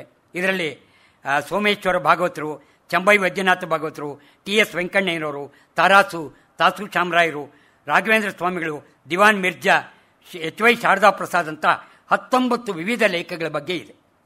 ವೆಂಕಣ್ಣಯ್ಯನವ್ರ ಬಗ್ಗೆ ಭಾಳ ಇದೆ. ವೆಂಕಣ್ಣಯ್ಯನವ್ರಿಗೂ ಬೆಳಗೆರೆಗೂ ಹತ್ತಿರ ನಂಟು. ನಾನು ಈಗಾಗಲೇ ಹೇಳಿದಾಗೆ TS ವೆಂಕಣ್ಣಯ್ಯನವರ ತಂಗಿನ ಸೀತಾರಾಮ ಶಾಸ್ತ್ರಿಗಳು ಕೊಟ್ಟಿದ್ದು. ಇವರು ಶಾಸ್ತ್ರಿಗಳು ಯಾವಾಗಲೂ ಅವ್ರ ಮನೆಗೆ ಹೋಗೋರಂತೆ. ಒಂದು ಸಾರಿ 34-35 ಇರ್ಬೋದು. ಆವಾಗ ಎಲ್ಲರೂ ಮಾತಾಡ್ತಾ ಇದ್ರಂತೆ, ಜಯಚಾಮರಾಜ ಒಡೆಯರವ್ರನ್ನ ವೆಂಕಣ್ಣಯ್ಯನವ್ರು ಫೈಲ್ ಮಾಡಿದ್ದಾರೆ ಅಂತ. ಇವ್ರು ಶಾಸ್ತ್ರಿಗಳು ಅವ್ರ ಮನೆಗೆ ಹೋಗ್ತಾರೆ. ಏನೋ ಮಹಾರಾಜರನ್ನ ಫೈಲ್ ಮಾಡಿಬಿಟ್ರಂತೆ ಅಂತ. ನಾನು ಫೈಲ್ ಮಾಡಲಿಲ್ಲಪ್ಪ, ಅವರೇ ಫೈಲ್ ಆಗಿದ್ದಾರೆ ಅಂತ. ಅದಕ್ಕೆ ಕೇಳಿದ್ರಂತೆ, ಕಾದಿದೆ ಹೋಗಿ, ಕೃಷ್ಣರಾಜ ಒಡೆಯರ್ ಕರೀತಾರೆ, ನಿಮ್ಗಾಗತ್ತೆ ಅಂತ. ಯಥಾ ಪ್ರಕಾರ 3 ದಿವಸ ಆದಮೇಲೆ ಕಾರ್ ಕಳಿಸ್ಕೊಟ್ರಂತೆ. ಕೃಷ್ಣರಾಜ ಒಡೆಯರವರು ಹೋಗಿದ್ದಾರೆ. ದೊಡ್ಡ ಜಾಗ, ಒಳಗೆ ಕೂತ್ಕೊಂಡಿದ್ದಾರೆ ಇವರು ವೆಂಕಣ್ಣಯ್ಯನವರು. ಮಹಾರಾಜರು ಬಂದರು. ಸ್ವಾಮಿಗಳು ಇವರು ಕೃಷ್ಣಶಾಸ್ತ್ರಿಗಳು ವೆಂಕಣ್ಣಯ್ಯನವ್ರು ನಿಂತ್ಕೊಂಡು ನಮಸ್ಕಾರ ಮಾಡ್ತಾರೆ. ಇಲ್ಲ ಕೂತ್ಕೊಳ್ಳಿ ಅಂತಾರೆ. ಇಬ್ಬರು ಕೂತ್ಕೊಳ್ತಾರೆ. ಆಗ ನಾಲ್ವಡಿ ಕೃಷ್ಣರಾಜ ಒಡೆಯರವರು ಹೇಳ್ತಾರೆ, ಏನು ಚಿಕ್ಕೊಡೆಯರವರು ಫೈಲಾಗಿದ್ದಾರಂತೆ. ಹೌದು ಸ್ವಾಮಿ ಅಂತ ಮತ್ತೆ ನಿಂತ್ಕೊಳ್ತಾರೆ. ಇಲ್ಲ ಕೂತ್ಕೊಳ್ಳಿ ಅಂತಾರೆ. ಅದಾದಮೇಲೆ ಏನು ಮಾಡಬೇಕು? ಅಲ್ಲ ಮತ್ತೆ ಕಟ್ಟಿಸ್ಬೇಕು ಅಂತಾರೆ. ಆಗಲೂ ಫೈಲಾದರೆ ಅಲ್ಲ ಟ್ಯೂಷನ್ ನಡೆಸಬೇಕಾಗುತ್ತೆ. ಆ ಕೆಲಸ ನೀವು ಮಾಡ್ತೀರಾ ಅಂತಾರೆ. ಇಲ್ಲ ನಾನು ಪ್ರೈವೇಟ್ ಟ್ಯೂಷನ್ ಹೇಳಲ್ಲ ಅಂತಾರೆ. ಆದರೆ ನೀವು ಯೋಚನೆ ಮಾಡಬೇಡಿ, ನನ್ನ ಶಿಷ್ಯ ಒಬ್ಬ ಇದ್ದಾನೆ, ಅವನ ಕೈಲಿ ನಾನು ಮಾಡಿಸ್ತೀನಿ ಅಂತ. ಅವನು ಒಳ್ಳೆ ಲೆಕ್ಚರರು ಅಂತ. ಯಾರು? KV ಪುಟ್ಟಪ್ಪ ಅಂತಂದ್ಬಿಟ್ಟು. ಆಯಿತು, ಅದರ ಜವಾಬ್ದಾರಿ ನಿಮ್ಮದು ಅಂತಾರೆ. ಅದಾದ ತಕ್ಷಣವೇ ತೊಗೊಂಬರ್ತಾರೆ. ಒಂದು ಜರ್ತಾರಿ ಶಾಲು ಒದಿಸ್ತಾರೆ. ಒಂದು ಬೆಳ್ಳಿ ತಟ್ಟೆ ಒಳಗೆ ಹಣ್ಣಿಟ್ಬಿಟ್ಟು ಕೊಡ್ತಾರೆ. ಕಾರ್ನಲ್ಲಿ ಕಳಿಸ್ಕೊಡ್ತಾರೆ, ನೀವಿನ್ನು ಹೋಗ್ಬೋದು ಅಂತ. ಕಾರಿನಿಂದ ಮನೆಗೆ ಹೋದ್ಮೇಲೆ ವೆಂಕಣ್ಣಯ್ಯನವರು ತಟ್ಟೆ ವಾಪಸ್ ಕೊಡೋಕ್ಕೆ ಹೋಗ್ತಾರೆ. ಅವನು ಬಂದಿದ್ದು ಹೇಳ್ತಾರೆ, ಇಲ್ಲ ತಟ್ಟೆ ನಿಮಗೆ ಅಂತಂದ್ಬಿಟ್ಟು. 108 ತೊಲದ ಮಾವಿನಕಾಯಿ ಶೇಪ್ ಇರ್ತಕ್ಕಂಥ ತಟ್ಟೆ, ಅದರಲ್ಲಿ ಹಣ್ಣು 1,000 ರೂಪಾಯಿ ಇಟ್ಟಿರ್ತಾರೆ. ಅವ ವೆಂಕಣ್ಣಯ್ಯನವರು ಅಂದ್ಕೊಳ್ತಾರೆ, ಅವರು ಒಂದು ಮಾತು ಹೇಳ್ಬೋದಾಯಿತು, ನನ್ನ ಮಗನ ಮುಂದಕ್ಕೆ ಹಾಕಿ ಅಂತ. ಅವ್ರು ಹೇಳಲಿಲ್ಲ. ಅದು ದೊಡ್ಡ ಗುಣ. ಅದಾದಮೇಲೆ ಪುಟ್ಟಪ್ಪನವ್ರಿಗೆ ಹೇಳಿದ್ರಂತೆ, ನೋಡಪ್ಪ ಈಗ ಒಪ್ಕೊಂಬಂದಿದ್ದೀನಿ, ಪಾಠ ಹೇಳಬೇಕು ಅಂತ. ನೀವೇ ಪಾಠ ಹೇಳೋದಿಲ್ಲ ಅಂದಮೇಲೆ ನಾನು ಯಾಕೆ ಹೇಳಲಿ ಅಂತಾರೆ. ಆವಾಗ ತೀನಂ ಶ್ರೀಕಂಠಯ್ಯನವರು, ನಮ್ಮ ಗುರುಗಳು ಒಪ್ಕೊಂಡು ಬಂದಮೇಲೆ ನಾನು ಹೇಳ್ತೀನಿ ಅಂತ ಜಯಚಾಮರಾಜ ಒಡೆಯರವ್ರಿಗೆ ಪಾಠ ಹೇಳಿ ಆಮೇಲೆ ಪಾಸ್ ಆಯ್ತಂತೆ. ಅದಕ್ಕೆ ಇವ್ರು ಹೇಳ್ತಾರೆ, ಯಾರು ದೊಡ್ಡವರು ಅಂತ ನಾವೇ ಅರ್ಥ ಮಾಡ್ಕೋಬೇಕು ಅಂತಂದ್ಬಿಟ್ಟು.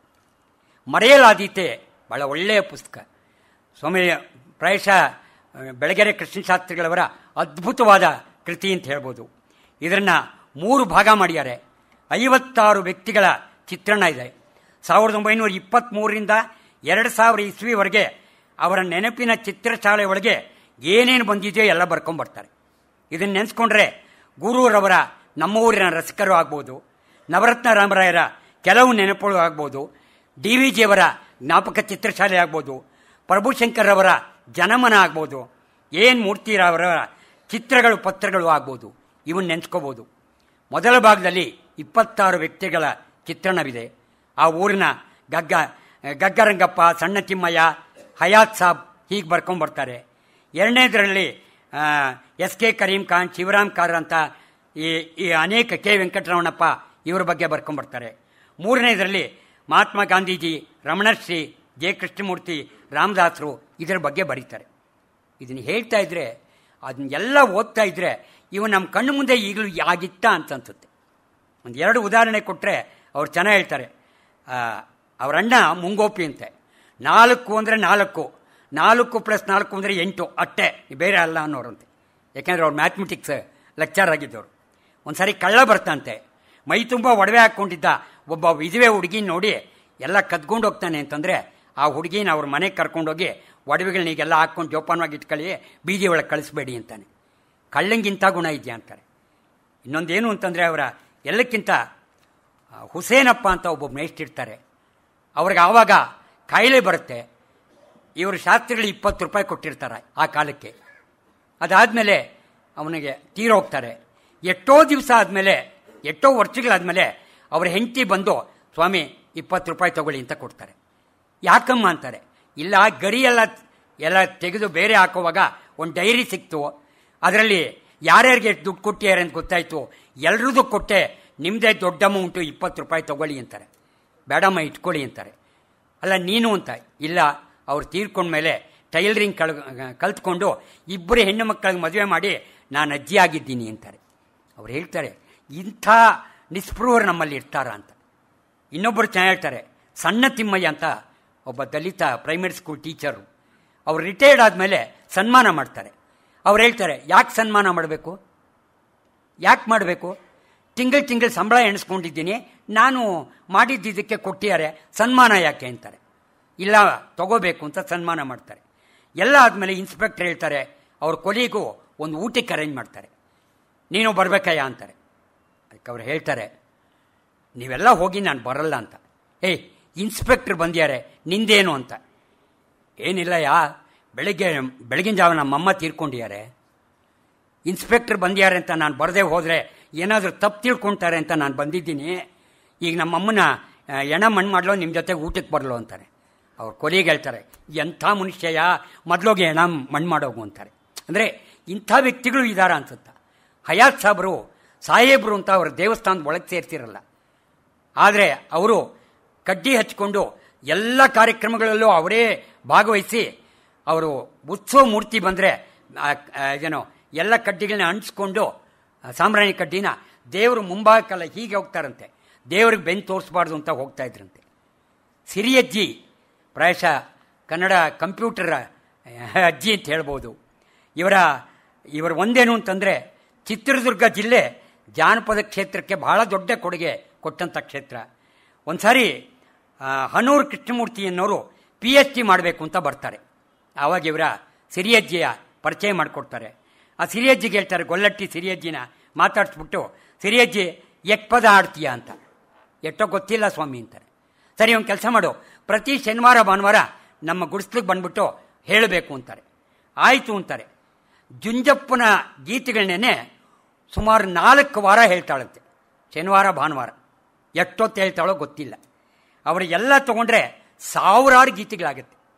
ಇದನ್ನು AK ರಾಮಾನುಜಂ ಕೂಡ ಬಂದು ಅವ್ರನ್ನ ಮಾತಾಡ್ಸೋಗಿರ್ತಾರೆ. ಆಗಿನ ಕಾಲದಲ್ಲಿ ಗುಂಡೂರಾಯರು ಮುಖ್ಯಮಂತ್ರಿ ಆಗಿದ್ದಾಗ ಹೆಲಿಕಾಪ್ಟರ್ನಲ್ಲಿ ಬಂದು ಈ ಸಿರಿಯಜ್ಜಿನ ಜನಪದ ಸಿರಿ ಅಂತ ಅವ್ರಿಗೆ ಸನ್ಮಾನ ಮಾಡಿರ್ತಾರೆ. ಅದಾದಮೇಲೆ ತುಮಕೂರು, ಅರಸೀಕೆರೆ, ದಾವಣಗೆರೆ, ಬೆಂಗಳೂರು ಎಲ್ಲ ಕಡೆ ಅವ್ರಿಗೆ ಸನ್ಮಾನ ಮಾಡ್ತಾರೆ. ಇವರ ಪರಿಚಯಾತ್ಮಕ ಲೇಖನವನ್ನು ಪ್ರಜಾವಾಣಿಗೆ ಬರೀತಾರೆ. ಅದು ಬರೆದಾದ್ಮೇಲೆ ನಮ್ಮ ಜಾನಪದದ ಭಂಡಾರ 10,000 ಜಾನಪದ ಹಾಡುಗಳ ಸಿರಿ ಅಂತ ಬರೆದಿರ್ತಾರೆ. HL ನಾಡಿಗೇಗೌಡರು ಬರ್ತಾರೆ ಇವ್ರನ್ನ ವಿಚಾರಿಸೋಣ ಅಂತ. ಆ ಅಜ್ಜಿ ಒಂದೇನು ಅಂದರೆ, ಕೇವಲ ಜಾನಪದ ಹಾಡುಗಳನ್ನ ಹೇಳೋದಲ್ಲ, ಅದರ ಅರ್ಥ ಕೂಡ ಹೇಳ್ತಾ ಇದ್ದಂತೆ. ನಾಗೇಗೌಡರು ಬಂದು ಕೆಲವಾರು ವಿಚಾರಗಳನ್ನ ಅವ್ರ ಜೊತೆಗೆ ಹಂಚ್ಕೊಂಡಾಗ ಶಾಸ್ತ್ರಿಗಳು ಹೇಳಿದ್ರಂಥವ್ರು ನಾಗೇಗೌಡರು, ಆಕೆ ಹೇಳೋದೇ ಸರಿ ಅಂತನ್ಬಿಟ್ಟು. ಇದಾದ ಮೇಲೆ ಶಾಸ್ತ್ರಿಗಳವರ ಸಹಾಯದಿಂದ ಕರ್ನಾಟಕ ಪ್ರತಿಷ್ಠಿತ ನಾಡೋಜ ಪ್ರಶಸ್ತಿ ಬರುತ್ತೆ ಅವ್ರಿಗೆ. ಇದಾದ ಮೇಲೆ ಆಕೆ 2009 ಸ್ವರ್ಗಸ್ಥರಾಗ್ತಾರೆ. ಎಸ್.ಕೆ. ಕರೀಂ ಖಾನ್ ಬಗ್ಗೆ ಆಗಲಿ ಅಥವಾ ಬೇರೆ ಅನೇಕ ಜನಗಳ ಬಗ್ಗೆ ಮರೆಯಲಾದೀತೆ ಅಂತ ಪುಸ್ತಕ ಇದೆ. ಹಾಗಾಗಿ ಒಂದು ಸಣ್ಣ ಪ್ರಯತ್ನವನ್ನು ಮಾತ್ರ ಮಾಡಿದ್ದೇನೆ. ಬೆಳಗೆರೆ ಕೃಷ್ಣಶಾಸ್ತ್ರಿಗಳವರ ಒಂದು ಕೃತಿಗಳ ನಮ್ಮ ಸ್ನೇಹಿತರು ಹೇಳಿದಾಗೆ ಒಂದು ಆಲೋಕನ, ಒಂದು ಸಣ್ಣ ಅವಲೋಕನ ಮಾಡಿದ್ದೀನಿ. ಇದಕ್ಕೆ ತಾವೆಲ್ಲ ಕೂತ್ಕೊಂಡು ಶ್ರದ್ಧೆಯಿಂದ ಕೇಳಿದ್ದೀರಿ. ನಮಸ್ಕಾರ ಸರ್. ಕೃಷ್ಣಶಾಸ್ತ್ರಿಗಳು ಸ್ವಹಸ್ತಾಕ್ಷರದಲ್ಲಿ ಹೇಗ್ದಾಗೈತೆ.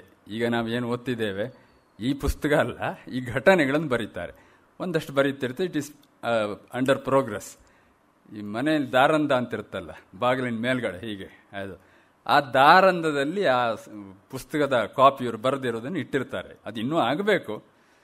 ಅದೊಂದು ಬಿಟ್ಟು ಬರೀದಲ್ಲ, ಒಂದು ವಾರದ ನಂತರ ಅಲ್ಲಿ ಹೋಗಿ ಇಟ್ಟಿದ್ದೇನಲ್ಲ, ಕೈ ಹಾಕಿದ್ರೆ ಅಲ್ಲಿ ಪುಸ್ತಕ ಇಲ್ಲ, ಪುಸ್ತಕನೇ ಇಲ್ಲ. ಇರೋದು ಅವರೊಬ್ಬರೇನೆ, ಅಲ್ಲಿ ಬೇರೆ ಏನಿಲ್ಲ, ಜಾಗ ಇರೋದು ಅಷ್ಟೇನೆ, ಅಲ್ಲೇ ಇಟ್ಟಿರೋದು. ಯಾರು ಕದಿಯುವ ಸಾಧ್ಯತೆ ಇಲ್ಲ. ಅದು ಸ್ಕೂಲ್, ಅದು ಏನೋ ಹೋಯ್ತು ಹೇಳಿದ್ರು ಶೆಟ್ರು. ಇಲ್ಲ ರೀ, ನಾನು ಬರೆದದ್ದು ಪುಸ್ತಕ ಹೋಗ್ಬಿಡ್ತು. ಇಲ್ಲ ಸೋಮ್ಯಾರ, ನೀವು ಅದೆಲ್ಲ ನೀವು ಬರೀಲೇಬೇಕು, ನಾನು ಅದು ಮಾಡೇ ಮಾಡ್ತೇನೆ ಅಂತ ಪುನಃ ಆಟ ಕಟ್ತಾರೆ ಅವರು. ಏನು ಮಾಡೋದು ಅಂತ ಇವ್ರು ತುಂಬ ತಲೆಬಿಸಿ ಮಾಡ್ಕೊಂಡು ಕೂತಾಗ ಇವರಿಗೊಂದು ಭಾಸವಾಗ್ತದೆ. ಅದು ಹೇಗಿದಾಗೈತೆ ಪುಸ್ತಕದಲ್ಲೂ ನಮಗೆ ಸುಮಾರು ಕಡೆ ಕಾಣುತ್ತೆ. ಮುಕುಂದೂರ ಸ್ವಾಮಿಗಳು ಲಿಂಗೈಕ್ಯರಾದ ಮೇಲೆ ಅಥವಾ ನಿರ್ವಾಣರಾದ ಮೇಲೆ ಇವರಿಗೆ ಬಹಳಷ್ಟು ಸಲ ಇವರ ಮನೋಲೋಕದಲ್ಲಿ ಕಂಡು ಹೋಗ್ತಾರೆ. ಅವರೇ ಬಂದಾಗತ್ತೆ, ಅವರು ಮಾತಾಡ್ದಾಗತ್ತೆ, ಆ ಧ್ವನಿಯನ್ನು ಇವರು ಕೇಳ್ತಾರೆ. ಅದನ್ನು ತೀರಾ ಸಹಜವಾಗಿ ಬರೀತಾರೆ. ಹಾಗೆ ಮುಕುಂದೂರ ಸ್ವಾಮಿ ಇವರು ಮಲಗಿದ ಕ್ವಾಟಿನ ಒಂದು ತುದಿಯಲ್ಲಿ ನಿಂತುಕೊಂಡು, ಓಯ್ ನನ್ನ ಬಗ್ಗೆ ನೀನು ಪ್ರಚಾರ ಮಾಡ್ತೀಯಾ, ಏನು ನಿಂದು ಅಹಂಕಾರ ಅಂತ ಇದು ಇವ್ರಿಗೆ ಕೇಳುತ್ತೆ. ಅಯ್ಯೋ, ಆ ಪ್ರಚಾರ ಆಗೋದಿಲ್ಲ ಆ ಮನುಷ್ಯನಿಗೆ. ಪುಸ್ತಕದಲ್ಲಿ ಸುಮಾರು ಕಡೆ ಬರುತ್ತೆ, ಪ್ರಚಾರ ಗಿಚಾರ ಅಂದರೆ ಆ ಮನುಷ್ಯ ಇಲ್ಲ, ಅಲ್ಲಿ ಅದೃಶ್ಯರಾಗ್ತಾರೆ. ಇದಾಗೋದಿಲ್ಲ ಅಂತ. ಆದರೆ ಶ್ರೀನಿವಾಸ ಶೆಟ್ಟರು ಬಿಡೋದಿಲ್ಲ, ನೀವು ಬರೀಲೇಬೇಕು. ಪುನಃ ಇನ್ನೊಂದು ಸಲ ಪ್ರಯತ್ನ ಪಡ್ತಾರೆ. ಬರೆದ್ರು, ಪೂರ್ತಿ ಮುಗಿಸಿದ್ರು. ಅಂದರೆ ಅವ್ರಿಗೆ ನೆನಪಾದದ್ದು ಅದೆಲ್ಲ, ನೆನಪಿನ ಘಟನೆಗಳು ತಾನೆ. 12 ಮುದ್ರಣ ಆಗಿದೆ ಸರ್. ಅದು ಮೊದಲ ಮುದ್ರಣದಿಂದ ಮತ್ತೊಂದು ಮುದ್ರಣಕ್ಕೆ ಹೋಗ್ತಾ ಅದಕ್ಕೆ ಅಡಿಷನ್ ಆಗ್ತಾ ಇರುತ್ತೆ. ನೆನಪು ಅದೊಂದು ಸೇರಿಸ್ಬೇಕಿತ್ತು ಅಂತ ಆ ಥರದ್ದು ಕಥೆ ಹೇಳಿದಾಗೆ ಅದು ಪೂರ್ತಿ ಬರೆದು ಅದನ್ನು ಬೆಳಗೆರೆ ಪೋಸ್ಟ್ ಆಫೀಸಿನಿಂದ ಪಾರ್ಸೆಲ್ ಕಳಿಸ್ತಾರೆ. ಪಾರ್ಸೆಲ್ ತಾನೇ ಅದು, PPP ಅದೇನೋ, ಎಲ್ಲಿಗೆ? ಚಿತ್ರದುರ್ಗದ ಅಡ್ರೆಸ್ಸಿಗೆ. ಇವ್ರ ಹತ್ರ ಇದ್ದಿದ್ದು ಎಂಡೋರ್ಸ್ಮೆಂಟ್ ಇದು ಕೊಟ್ಟಿರೋದು ರಿಸೀಟ್ ಎಲ್ಲ ಇದೆ, ಅದು ಹೋಗ್ತದೆ. ಆಗೇನೋ ಒಂದು 4-5 ದಿವಸ ಬೇಕಾಗ್ತಿತ್ತು ಅಂತ ಮಾಡಿ ಅಲ್ಲಿ ಹೋಯ್ತು. ಇವ್ರ ಹತ್ರ ರಿಸೀಟ್ ಇದೆ, ಅಲ್ಲಿ ಹೋದರೆ ಅಲ್ಲಿ ರಿಸೀವೇ ಆಗಿಲ್ಲ. ಚಿತ್ರದುರ್ಗದ ಪೋಸ್ಟ್ ಆಫೀಸಿನಲ್ಲಿ ಇವರು ಕಳಿಸಿದಂತಹ ಪಾರ್ಸೆಲ್ಲು ರಿಸೀವ್ ಆಗಿಲ್ಲ. ಇವ್ರು ಏನು ಮತ್ತೆಲ್ಲ ಪತ್ರ ಬರೀತಾರೆ, ಏನು ಮಾಡಿದ್ರು ಇಲ್ಲ, ಲಾಸ್ಟ್. ಎಲ್ಲಿ ಹುಡುಕ್ತೀರಿ? ಇಲ್ಲ, ಆಗಲಿಲ್ಲ, ಕೈ ಎತ್ತಿಬಿಟ್ರು. ಶ್ರೀನಿವಾಸ ಶೆಟ್ಟರು, ಆಗೋದಿಲ್ಲ ರೀ, ನಾನು 2 ಸಲ ನಾನು ಪ್ರಯತ್ನಿಸಿ ಆಯಿತು, ಅದಾಗ್ತಾ ಇಲ್ಲ. ಅವ್ರು ಮತ್ತೂ ಬಿಡೋದಿಲ್ಲ, ನೀವು ಏನಾದರೂ ಬರೀಲೇಬೇಕು, ನೀವು ಬೆಳಗೆರೆಲ್ಲ ಚಿತ್ರದುರ್ಗಕ್ಕೆ ಬನ್ನಿ ಅಂತಾರೆ. ಅವರು ಚಿತ್ರದುರ್ಗಕ್ಕೆ ಹೋಗ್ತಾರೆ. ಅಲ್ಲಿ ಹೋಗಿ ಒಂದು ಮನೇಲಿ ಕೂರಿಸ್ತಾರೆ. ಯಾರ ಮನೆಯಲ್ಲಿ? ತರಾಸು ಅವರ ಮಗಳು ಶಾರದಾ ಅಂತ, ಅವ್ರ ಹೈಸ್ಕೂಲ್ ಹೆಡ್ ಮಿಸ್. ಅವ್ರ ಮನೆಯಲ್ಲಿ ಕೂರಿಸ್ಕೊಂಡು, ನಾನು ಬರೆಯೋದಿಲ್ಲ, ನಾನು ಬರೆದ್ರೆ ಸ್ವಾಮಿಗಳ ಮನಸ್ಸಿಗೆ ಸರಿ ಬರೋದಿಲ್ಲ, ಅದಕ್ಕಾಗಿ ಶಾರದಾ ನೀನು ಬರಿ ಅಂತ ಹೇಳ್ತಾರೆ. ಅವ್ರು ನೆಂಟಿರ್ತಾನೆ, ಅವರು ನೀನು ಬರಿ. ಇವರು ಹೇಳ್ತಾರೆ, ಶಾರದಾ ಬರ್ಕೊಳ್ತಾರೆ. ಅದು ಒಂದೊಂದು ಏನು ಕಂತೆ ಆಗುತ್ತಿದ್ದ ಹಾಗೆ ಶ್ರೀನಿವಾಸ ಶೆಟ್ಟರು ಸ್ವತಃ ಬಂದು ತಗೊಂಡು ಹೋಗಿ ಪ್ರೆಸ್ಸಿಗೆ ತಗೊಂಡೋಗಿ ಕೊಡೋದು, ಅದು ಎಲ್ಲೂ ಮಿಸ್ ಆಗಬಾರ್ದು ಅಂತ. ಆ ಪುಣ್ಯಾತ್ಮ ಎಂತ ಇದಿರಬೇಕು. ಅಂತೂ ಪುಸ್ತಕ ಆಯಿತು, ಅದು ಬಂತು. ಚಳ್ಳಕೆರೆಯಲ್ಲಿ ನಾವು ಈ ನಾಟಕದ ಶೋ ಮಾಡಿದಾಗ ಶ್ರೀನಿವಾಸ ಶೆಟ್ಟರು ಬಂದಿದ್ರು. ನಂಗೆ ಗೊತ್ತಿಲ್ಲ, ಇದು ಯಾವ ಕಥೆನೂ ಗೊತ್ತಿಲ್ಲ. ಆ ಶ್ರೀನಿವಾಸ ಶೆಟ್ಟರು ನೋಡಿಬಿಟ್ಟು ಇದಕ್ಕೆ ಬಂದರು, ಗ್ರೀನ್ ರೂಮಿಗೆ ಬಂದರು. ನಾನಿನ್ನೂ ಬಣ್ಣ ಎಲ್ಲ ತೆಗಿಬೇಕಷ್ಟೇ. ಸುಮಾರು 80+ ಅವರು ಮಣ್ಣೆತ್ತುಕೊಂಡು ಕೈ ಹೀಗೆ ಬಗ್ತಾ ಇದ್ದಾರೆ. ನನಗೆ ನಮಸ್ಕಾರ ಮಾಡಿಬಿಟ್ರು, ಮೈಯೆಲ್ಲ ಒಂದು ಥರಾಗಿ ಹೋಗುತ್ತೆ. ನಾನು ಇದು ವೇಷ ಸರ್, ನೀವು ಸುಮ್ಮನೆ ನಿಲ್ಲಬೇಕು ಅಂತೇಳಿ ಹೇಳಿದ್ರು.